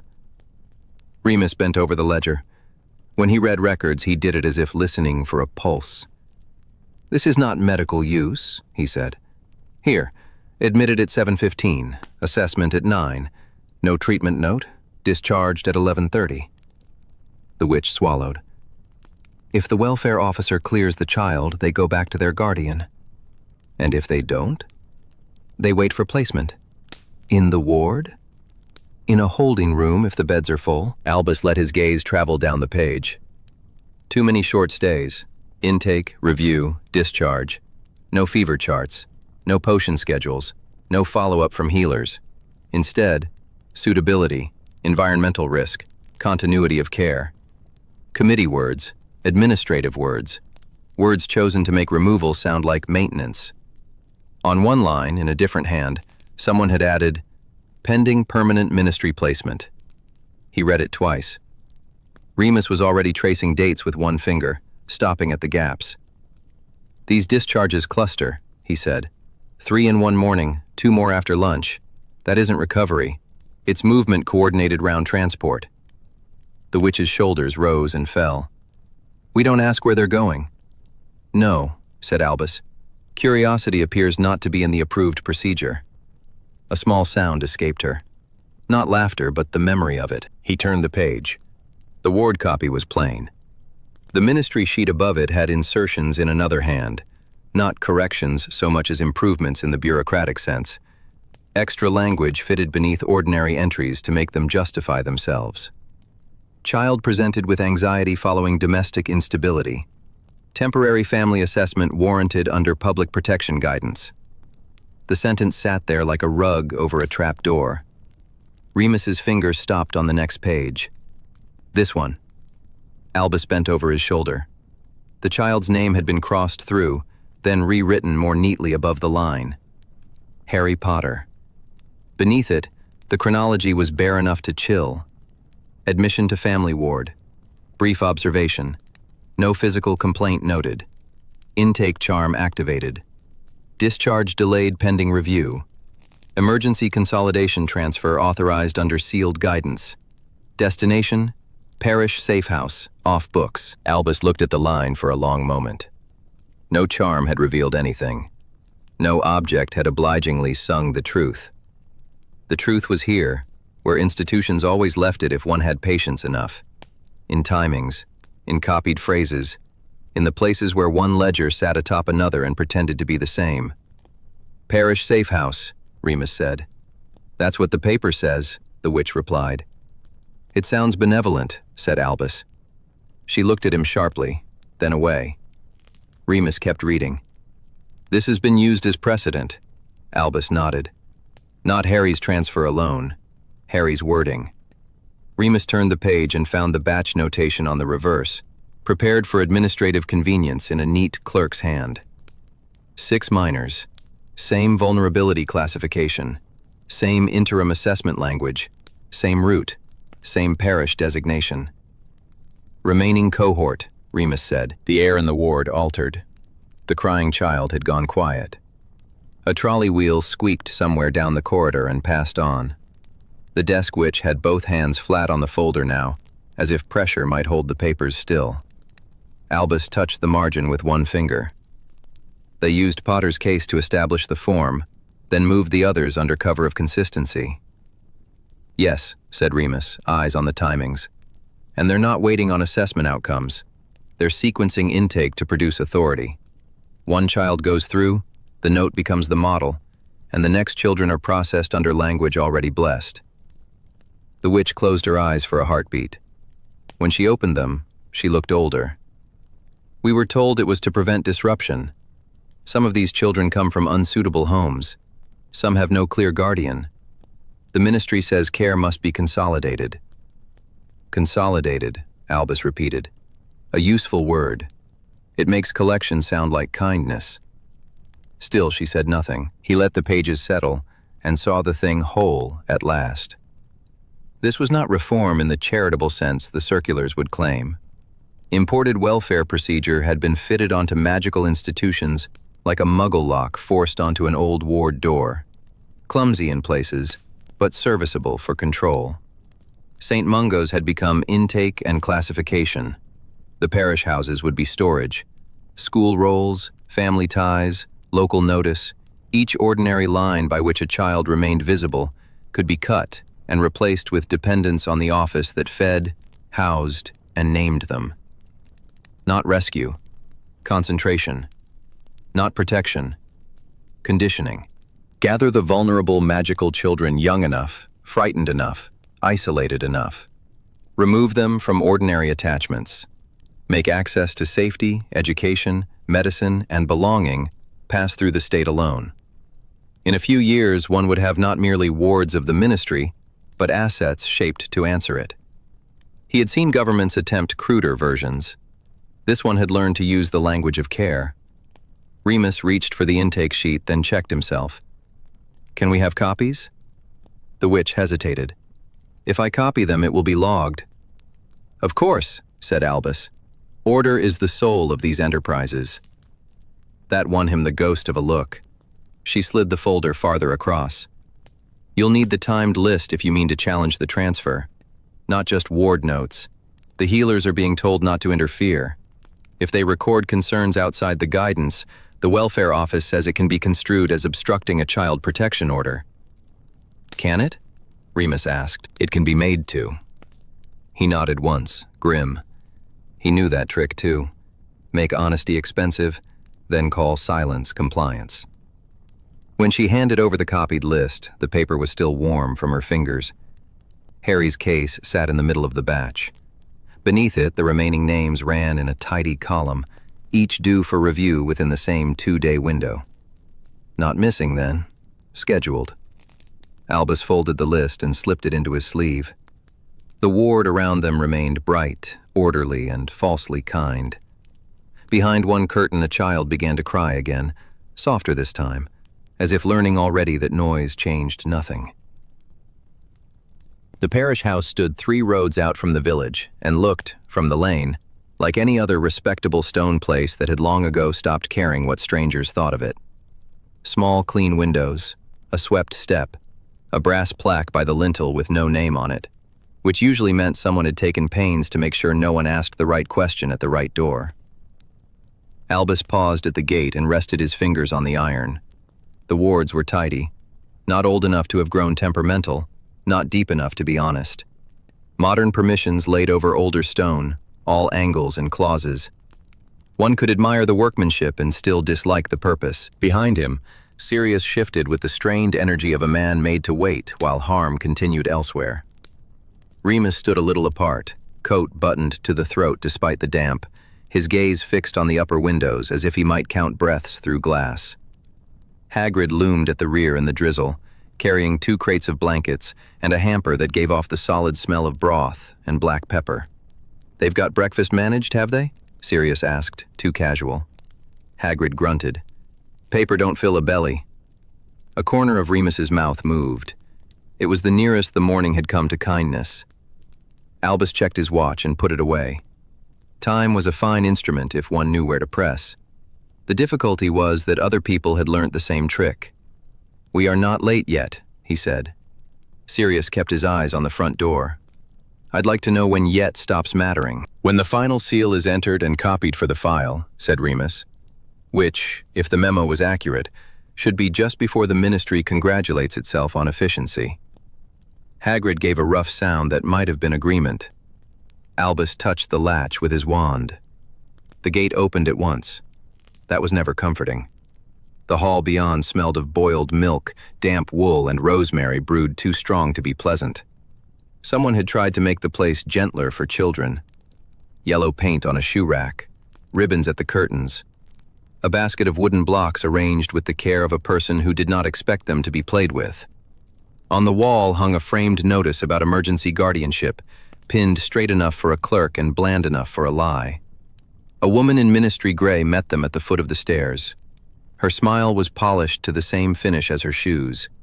"Professor Dumbledore," she said. "You are not on the appointment sheet." "No," said Albus. "Urgency rarely waits to be scheduled."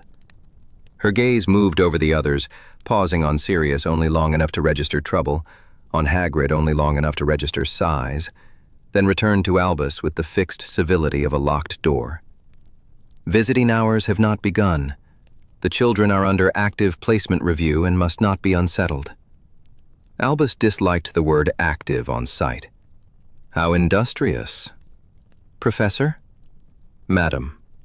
She held out her hand. "Your authorization, please."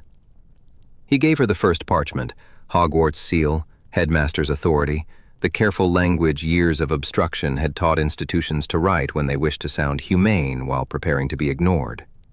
She read it and her mouth thinned.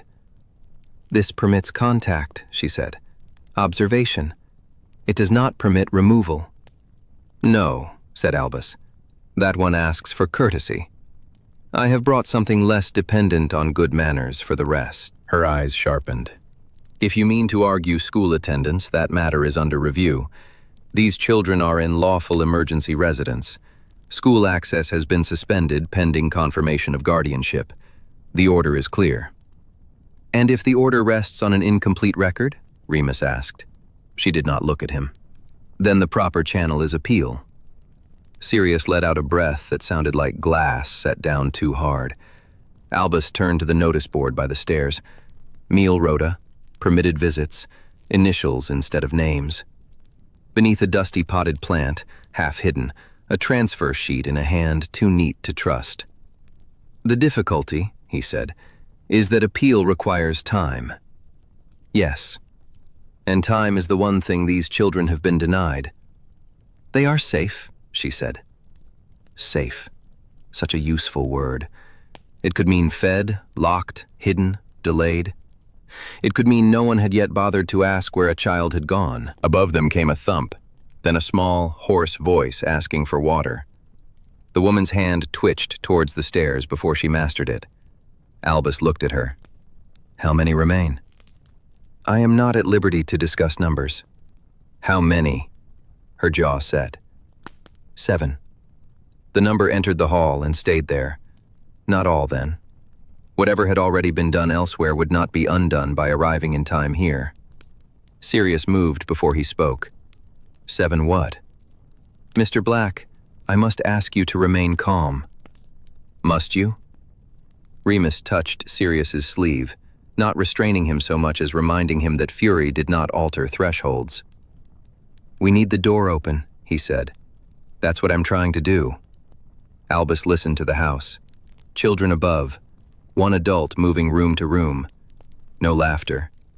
In places built for children, the absence of laughter was evidence as plain as blood. "I should like to see the placement schedule," he said. "That is sealed." "Under whose authority?" "The Child Welfare Directorate." "And who signed for this residence?" "Emergency guardianship was granted under statutory provision." "To whom?" A pause. Brief, but enough. "The supervising office." "And the supervising office is?" "Professor, confidentiality applies." Sirius looked away, perhaps to avoid saying aloud what his face had already said. Albus let the silence lengthen. The hall clock ticked. A kettle muttered somewhere at the back. At the top of the stairs, a child in striped pajamas appeared, saw strangers, and vanished when someone called from an unseen room.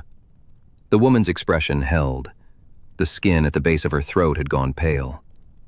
At last, Albus said, "Then I shall be plain. Hogwarts recognizes these children as enrolled students. Hogwarts records show they were removed from attendance under an emergency notice that did not identify a lawful continuing guardian. Hogwarts therefore has standing to challenge present custody." "We have answered that already." "No," said Albus. "You have avoided it." For the first time, uncertainty touched her. Remus stepped forward. His voice was mild enough to be mistaken for harmlessness by the unwise. "If a child vanishes from the school roll and reappears in a residence with no named guardian on the school side, then someone has arranged for scrutiny to fail. That arrangement should not survive daylight." "School access remains suspended," she said. Albus drew out the second packet, smaller, heavier. Hogwarts seal again, but this time with witness signatures beneath. Minerva's severe certainty, Phileas's exacting hand, Pomona's impatient scrawl. House lists, medical notes, attendance gaps, dates, names. The shape of absence made legible. Sirius saw it and inhaled sharply. "You found them." "Those still here," said Albus. The answer struck all three of them. Remus's face tightened and went still. Sirius's jaw worked once. Hagrid lowered the crates to the floor with painful care, as if sudden noise might frighten children he had not yet seen. Albus faced the clerk again. "You will call the residence's sealing officer. Now. You will inform them that Hogwarts invokes protective authority under school welfare standing, and that I am prepared to attest in person that these children have been removed from the school's lawful custody trail. You cannot overturn a court order with a school letter." "No," said Albus, "not with a letter. With witnesses, records, and the public question of why children disappeared between one lawful hand and another." Her color rose. "If you force this, you breach the seal." "Yes." "You breach lawful custody." "Yes." "The school will be implicated." There it was. Not warning, leverage. "Yes," Albus said again. He felt the cost of it before he spent it. Board censure, ministry outrage, governors demanding explanations. Every enemy who had ever called Hogwarts meddlesome would call it lawless by noon. He would be giving up the shelter of procedure, perhaps for years, perhaps for good. But legitimacy that required him to leave 7 children in a house with unnamed guardians and hidden transfer times was not legitimacy worth keeping. He had worn institutions long enough to know when one must be torn open to let the living out. The woman stared at him, perhaps waiting for retreat. Instead, he said, "Place on record that I am acting over your objection. Place on record that Hogwarts contests the custody chain. Place on record that I have chosen immediate welfare over administrative seal." Her lips parted. "You would admit that?" "I should prefer not to lie in my own voice." The hall seemed to narrow around them. Albus turned his head. "Hagrid." The great man bent at once. "Professor?" "On my word, take the youngest first. Keep them together. Blankets before questions." Hagrid nodded, something soft and fierce settling over his face. "Right ye are." "Be gentle," said Remus. Hagrid looked almost wounded. "Course I will." Sirius flexed his hands once. "And the ones who panic?" "Tell them where they are going," said Albus. "If they ask to be carried, carry them." That earned him a quick, startled glance from Sirius, as if tenderness had arrived where he had expected only command. Remus gave one short nod. Albus raised his wand. Not for battle, for recognition. The words he spoke were low, but they settled into the stone with the authority of a threshold named aloud. "By witness of school, by duty of care, by challenge entered against unnamed custody, I suspend private exclusion against Hogwarts persons pending review. This house may not bar me from its enrolled children." The wards answered at once, not with violence, with refusal undone. A pressure in the hall shifted, a catch released, a hidden line of permission redrawn. Upstairs, doors clicked open one after another. The clerk went white. "You have no right." "I have made one," said Albus. A child began to cry above them, frightened by the change. Another voice answered, trying to soothe. Hagrid was already moving, heavy-footed and careful, taking the stairs as if they had been built for him. Remus followed close behind, hands empty and visible. Sirius started after them, then stopped when Albus touched his sleeve. "No heroics," Albus said. Sirius's eyes burned. "You think I don't know that?" "I think you do. Remember it anyway." Then Sirius went. The clerk stood rigid at the foot of the stairs, one hand pressed to the banister as if the house itself had betrayed her. "You will answer for this." "Yes," said Albus. Above, Hagrid's voice rumbled low and kind. Chapter 9. The Record Restored. The records room at Hogwarts had always been too small for what people asked it to bear. By day it passed for respectable, shelves of ledgers, an oak table scarred by ink and elbows, cabinets with brass pulls polished by generations of anxious hands. Tonight the room felt close, as if bad news had been shut in with the lamps and left to sour.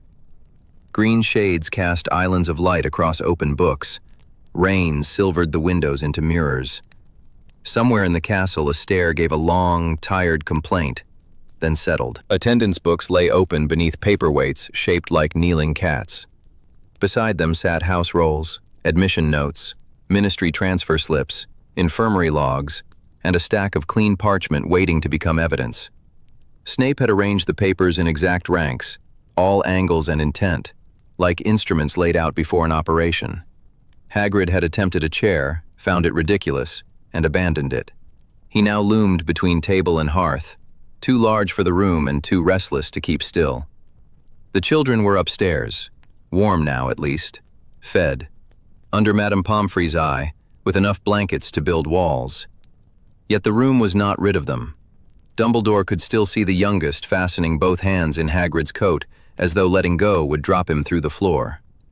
One girl had accepted cocoa in two shaking hands and asked, with dreadful politeness, whether crying meant she had to go back. Hagrid had nearly crushed the tray. Now his broad fingers dug into the table's edge. "Can't we just put their names back where they belong, Professor? If the books are Hogwarts books, I mean." "In a just world," said Dumbledore, turning a page, "that would be enough." Snape, who had remained standing, kept his gaze on the transfer slips. "In this world, if we restore them in one ledger only, the Ministry will call it convenience. If we restore them everywhere at once, they will call it collusion." They can call it what they like, Hagrid muttered. The children are here. That's what matters. Snape's reply came soft and exact. Is it? Hagrid looked up sharply. If the ledgers conflict, Snape said, the ledgers will be challenged. If they are challenged, the children cease to be children and become exhibits. Then the ministry may choose between admitting unlawful removal from school oversight or accusing Hogwarts of receiving wards outside authorized process. Those outcomes are not interchangeable. Hagrid's jaw worked. They weren't removed lawful-like. You saw 'em. Yes, said Snape, and seeing is not the same as proving. Dumbledore set down his quill before he snapped it. We know what was done, he said. Our difficulty is making the truth survive contact with an office determined to mislay it. That won a thin, joyless curve from Snape. The office will mislay anything not nailed to 3 separate walls. Dumbledore bent over the nearest register. September entries, October amendments, a blurred patch where old rain had once found a crack and spread one line into a gray wound. Near the foot of the page, a name had been struck through, restored, then nudged sideways by a later hand trying hard not to be noticed. Hogwarts attendance remained one of the few dependable traces magical children left behind. Owls failed. Ministry notices vanished. Family records could be hidden, altered, burned. But a child who slept in a dormitory, sat in charms, queued for porridge, missed herbology with a fever, marked the school, and the school marked them back. Attendance did not understand policy. It did not care for sanctioned placements or temporary removals or whatever phrase had been chosen to make disappearance sound tidy.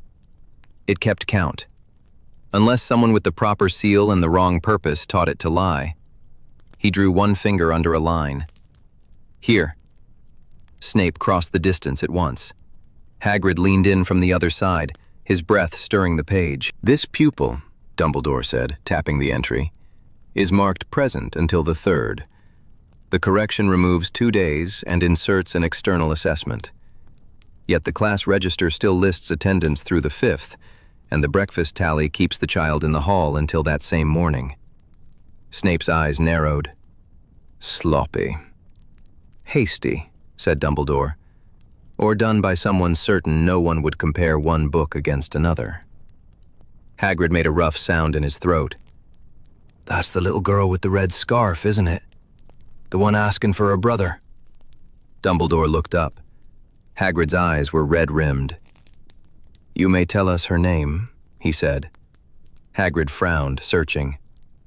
Molly, no. No, that's not right. Pippa's the little boy. Or blast it. He dragged a hand through his beard. I'm saying they're not just marks on a page. There were too many of 'em packed in there, all hungry, all scared. And now I'm muddling names because I can still see their faces. Snape did not turn his head, but some hard edge in his voice eased a fraction. Then let us write the names correctly before memory improves them into fiction. Hagrid gave him an offended grunt. An excellent principle, said Dumbledore. Which records remain least disturbed? Snape slid another stack forward. Least disturbed? Some. Untouched? None. The admission notes have mostly suffered date alterations. Signatures remain, though 2 are imitations and 1 has been scraped nearly through. The house lists are worse. Lines have been excised from the impression sheets themselves. You may restore the names, but not without showing where the parchment was cut. He indicated 3 places with one long finger. There, and the 3rd sheet from the bottom. The edge has been resealed by charm. Competent work, if one admires vandalism. Dumbledore lifted the page. A seam showed under the light, fine as a scar. In one column, a blank space sat between 2 names, with the ugly neatness of a tooth knocked out and painted over. Can the impression be recovered? He asked. Partly, not enough to stand alone, enough to support contradiction. That will serve. Hagrid stared at the papers as if they had become a language designed to insult him. Can't I just say what I saw? I found 'em. And you shall, said Dumbledore. Your statement matters. But one witness, however honest, is too easy to dismiss when the other side owns the filing system. Snape's mouth twitched. A rare moment of optimism. You imply they still have a system. Dumbledore opened the admission notes. Careful hands, old signatures, dates of notification, guardian lines, ward confirmations. Some complete, some marred. On one page, a seal had been lifted too soon and left only a bruised circle of wax. On another, the guardian's signature had been scraped away so violently the parchment had gone woolly. A third ended in smoke darkening, where a corner had been singed and then trimmed. Not clean losses, then. Damage, incompleteness, interference. Enough absence to be suspicious, enough remainder to matter. He took up his quill. We copy everything. Snape did not move. Insufficient. No, Dumbledore agreed. If they are preparing a response, one copy can be isolated. 2 can be called irregular duplicates. 3 become a clerical anomaly. You need redundancy, witnesses to the witnesses, and records lodged where removal becomes conspicuous. I begin to suspect, said Dumbledore, that you enjoy making prudence sound like siegecraft. In this case, they are synonyms. Hagrid looked from one to the other with the expression of a man hearing weather discussed in terms of artillery. Dumbledore crossed to the cabinet in the wall and opened it. Inside rested the protected record volumes, dragonhide bindings, iron corners, wards enough to discourage casual tampering, though not, regrettably, official malice. He drew out 3 and carried them to the table, laying them down with care. The clasps recognized his touch and clicked open one by one. The first was the Central Archive ledger, heavy with centuries. The second held duplicate enrollments and house confirmations. The third, slimmer but no less important, was the head office incident register, the book in which Hogwarts recorded not merely what had happened, but what the school had formally known and when. Snape watched the books arrive. You mean to enter the statements into the Central Archive? The archive, the house safes, the head office ledger, and the duplicate held in the West Records Room. That is 4. It is 6, said Dumbledore. 1 copy with Madame Pince under seal, and 1 to be witnessed by the board before breakfast. He opened the incident register to a fresh page and wrote the date in a steady hand. If we restore this trace, we do not merely tidy a ledger, we make it harder for them to vanish again.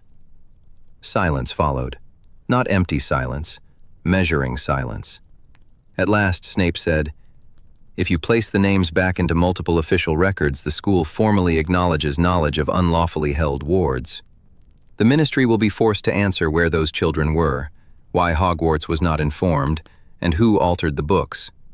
If they are cautious, they will retaliate before they explain. Yes, said Dumbledore. They may. Hagrid had gone still enough to seem carved. Professor.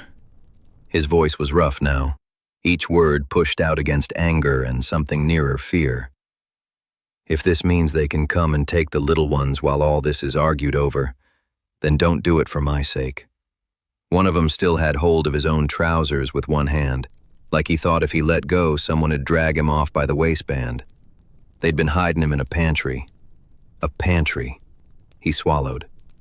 I can't watch him be sent back because we were too clever on paper. The room held that for a moment. Dumbledore looked at Hagrid, at the huge hands, the wet shine in his eyes, the outrage he had no skill at disguising, and felt, beneath the old familiar calm, a colder thing settle into place. This was the cost, always. Not records, not procedure, but children taught to ask permission for tears. No, he said, and his voice was low enough that both men leaned to hear it. We will not be clever at their expense. He returned to the table, drew the first blank sheet before him, and turned the archive ledger to the damaged year. Several names had been lifted from the page so neatly that only pressure marks remained. He touched the parchment with the tip of his wand. Pale indentations rose like bruises under skin. Not enough for certainty, enough to guide a hand that refused to pretend. We proceed in layers, he said. Tonight we restore what can be restored and mark plainly what remains damaged or incomplete. No false certainty. No invented line where a line has been cut away. We cross-reference attendance, hall tallies, class registers, infirmary logs, owl receipts, and Hagrid's statement of recovery. He wrote the first notation into the incident register. Irregularity observed in enrollment records. Evidence, asterisk, asterisk, asterisk. The Wizengamot chamber had the tired grandeur of a place that had outlived its purpose and kept the furniture. Benches rose in dark semicircles. Gray light pressed through the high windows and flattened every color it touched. At the center table, Dumbledore had arranged 3 ledgers, 2 routing sheets, and a sheaf of parchments coaxed back from tampering by patience, skill, and a refusal to accept that neat records were the same as honest ones. The presiding witch sat rigid behind her desk. 2 clerks flanked her, quills ready, wands closer than quills. Both wore the strained look of people told procedure must not bend, no matter what had been broken to preserve it. "Headmaster," the witch said, as if discussing a scheduling dispute, "you made an unauthorized entry into sealed welfare proceedings, interfered with ministry placements, and caused alarm in 2 offices and a parish house. The chamber will hear your explanation before it hears any performance." A stir ran along the benches and died. Dumbledore folded his hands. "How comforting," he said. "That explanation has not yet been abolished." A few mouths tightened, 1 or 2 did not. He rested his palm on the top ledger. "Before we discuss my conduct, which I do not doubt will attract vigorous attention, we ought to discuss the children." "The children are under lawful emergency supervision," said one clerk, young enough that authority still sounded borrowed in his mouth. "They are not missing?" "No," said Dumbledore. "Only hard to find if one looks in the places where children are meant to be." The clerk colored. The presiding witch tapped one finger against the desk. "You will confine yourself to evidence." "Gladly." He opened the first ledger. Hogwarts attendance records, family chambers notices, child welfare routing sheets bearing the same green seal code where repetition should not exist, and testimony from the parish safehouse, where 4 children were held under emergency watch without a named guardian present, though several adults appeared content to pretend a chain of signatures could stand in for one. That stirred the chamber more sharply. Not outrage yet. Recognition, perhaps, of a draft under a closed door. To Dumbledore's left, Sirius Black stood between 2 constables who had wisely decided not to lay hands on him unless compelled. He looked carved from temper and exhaustion. Beside him, Remus Lupin kept his hands visible and still, his posture careful without seeming meek. One man held himself together by force, the other by practice. The presiding witch glanced at them and back. "Witnesses will speak when called." "They have been called," said Dumbledore. "By me, if not by your clerk." Her mouth thinned. "Proceed." He lifted the first parchment so the front benches could see the green seal at its foot. "This code recurs across family chambers, child welfare, and education records in the same sequence. A child is marked unaccompanied, unclaimed, or under disputed guardianship. A family chambers filing follows. Child welfare receives the matter already framed as urgent. Education is notified late, incompletely, or not at all. In several cases, the school learned of the transfer only after the child had already been moved." "That suggests backlog," said a thin wizard in the second row. "Not misconduct." Dumbledore turned a page. "It suggests design." The word landed harder than any raised voice. He opened the second ledger and touched the margin with his wand. Indentations rose from the parchment, pressure marks left by names removed too cleanly to scar the page. The Hogwarts rolls themselves are sound. That is part of the difficulty. They placed the pupils in school on the morning the transfer notices were generated. The inconsistency lies not in the school's record, but in what failed to reach it, and in what was later filed elsewhere, as if the school's knowledge were irrelevant. One clerk swallowed. Dumbledore noticed and, against his better judgment, felt sorry for him. Clerks were often made to wear the respectable face of other people's theft. He moved to the routing sheets. The same names recur with the same seal code. The same sequence of filings recurs with the same narrowing intervals. Family chambers, child welfare, education. In each instance, the child's legal position weakens before any challenge can gather. He held up the page. If one wished to move children from ordinary oversight into temporary dependence while preserving the appearance of lawful care, one could scarcely design a cleaner mechanism. The benches rustled. Someone muttered, "Good God."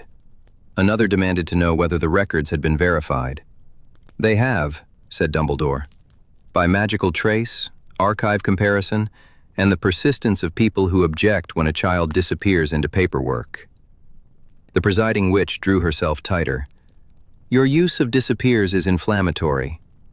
"It's accurate," Sirius said. The chamber stilled around the raw force of his voice.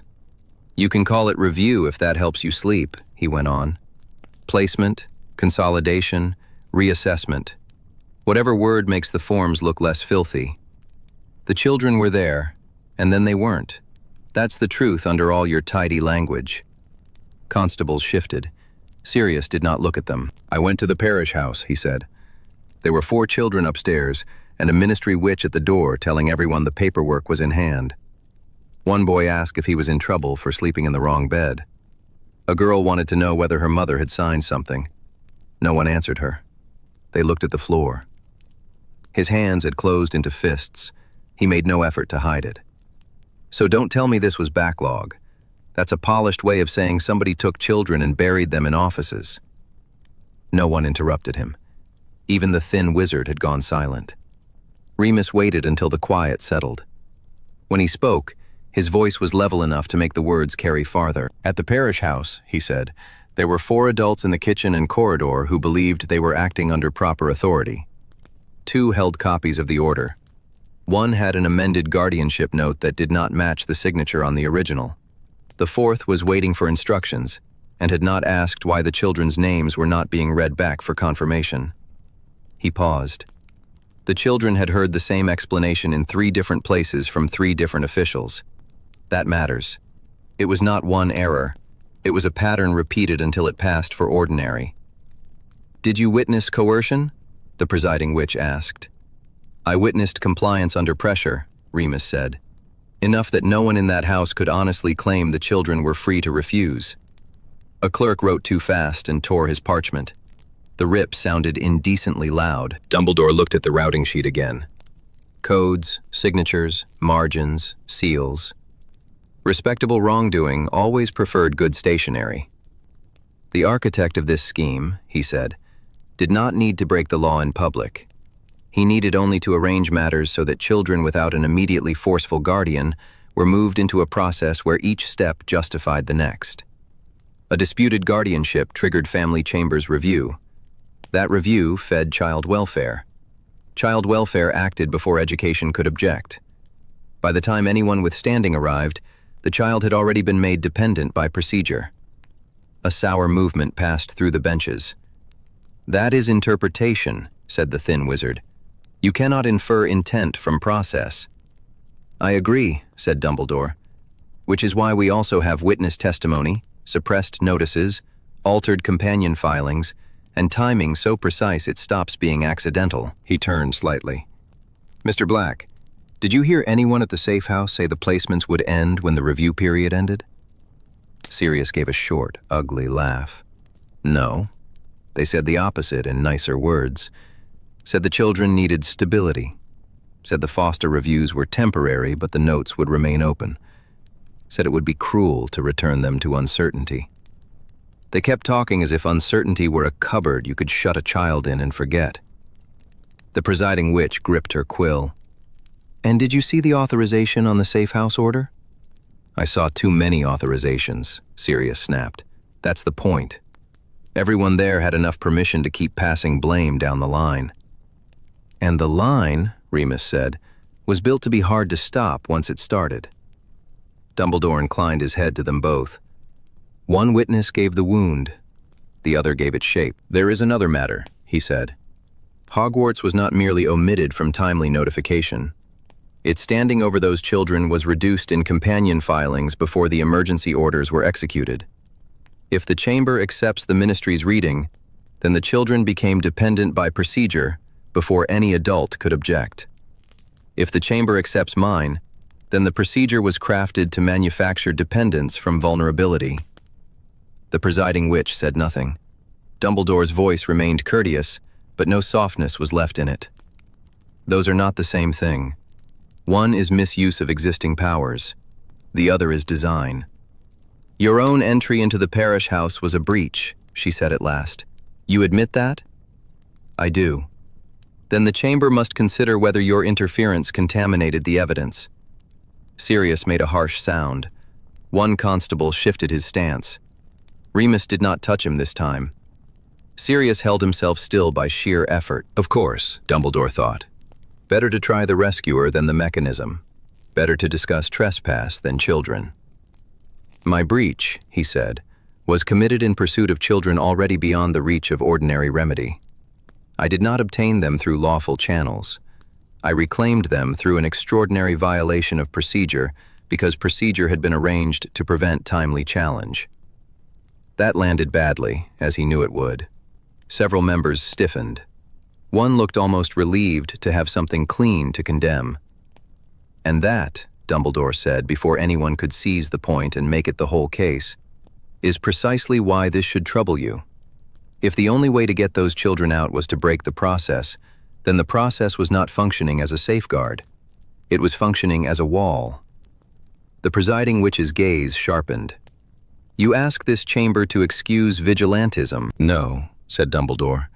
I ask it to recognize failure. My conduct was irregular, morally compromised, and open to censure.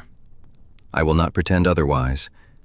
But if you spend this hearing punishing the breach that exposed the design, you will confirm that the design works. Silence followed. Not empty silence. Working silence. Then Dumbledore drew the last parchment from the sheaf. There remains the question of authorship, he said.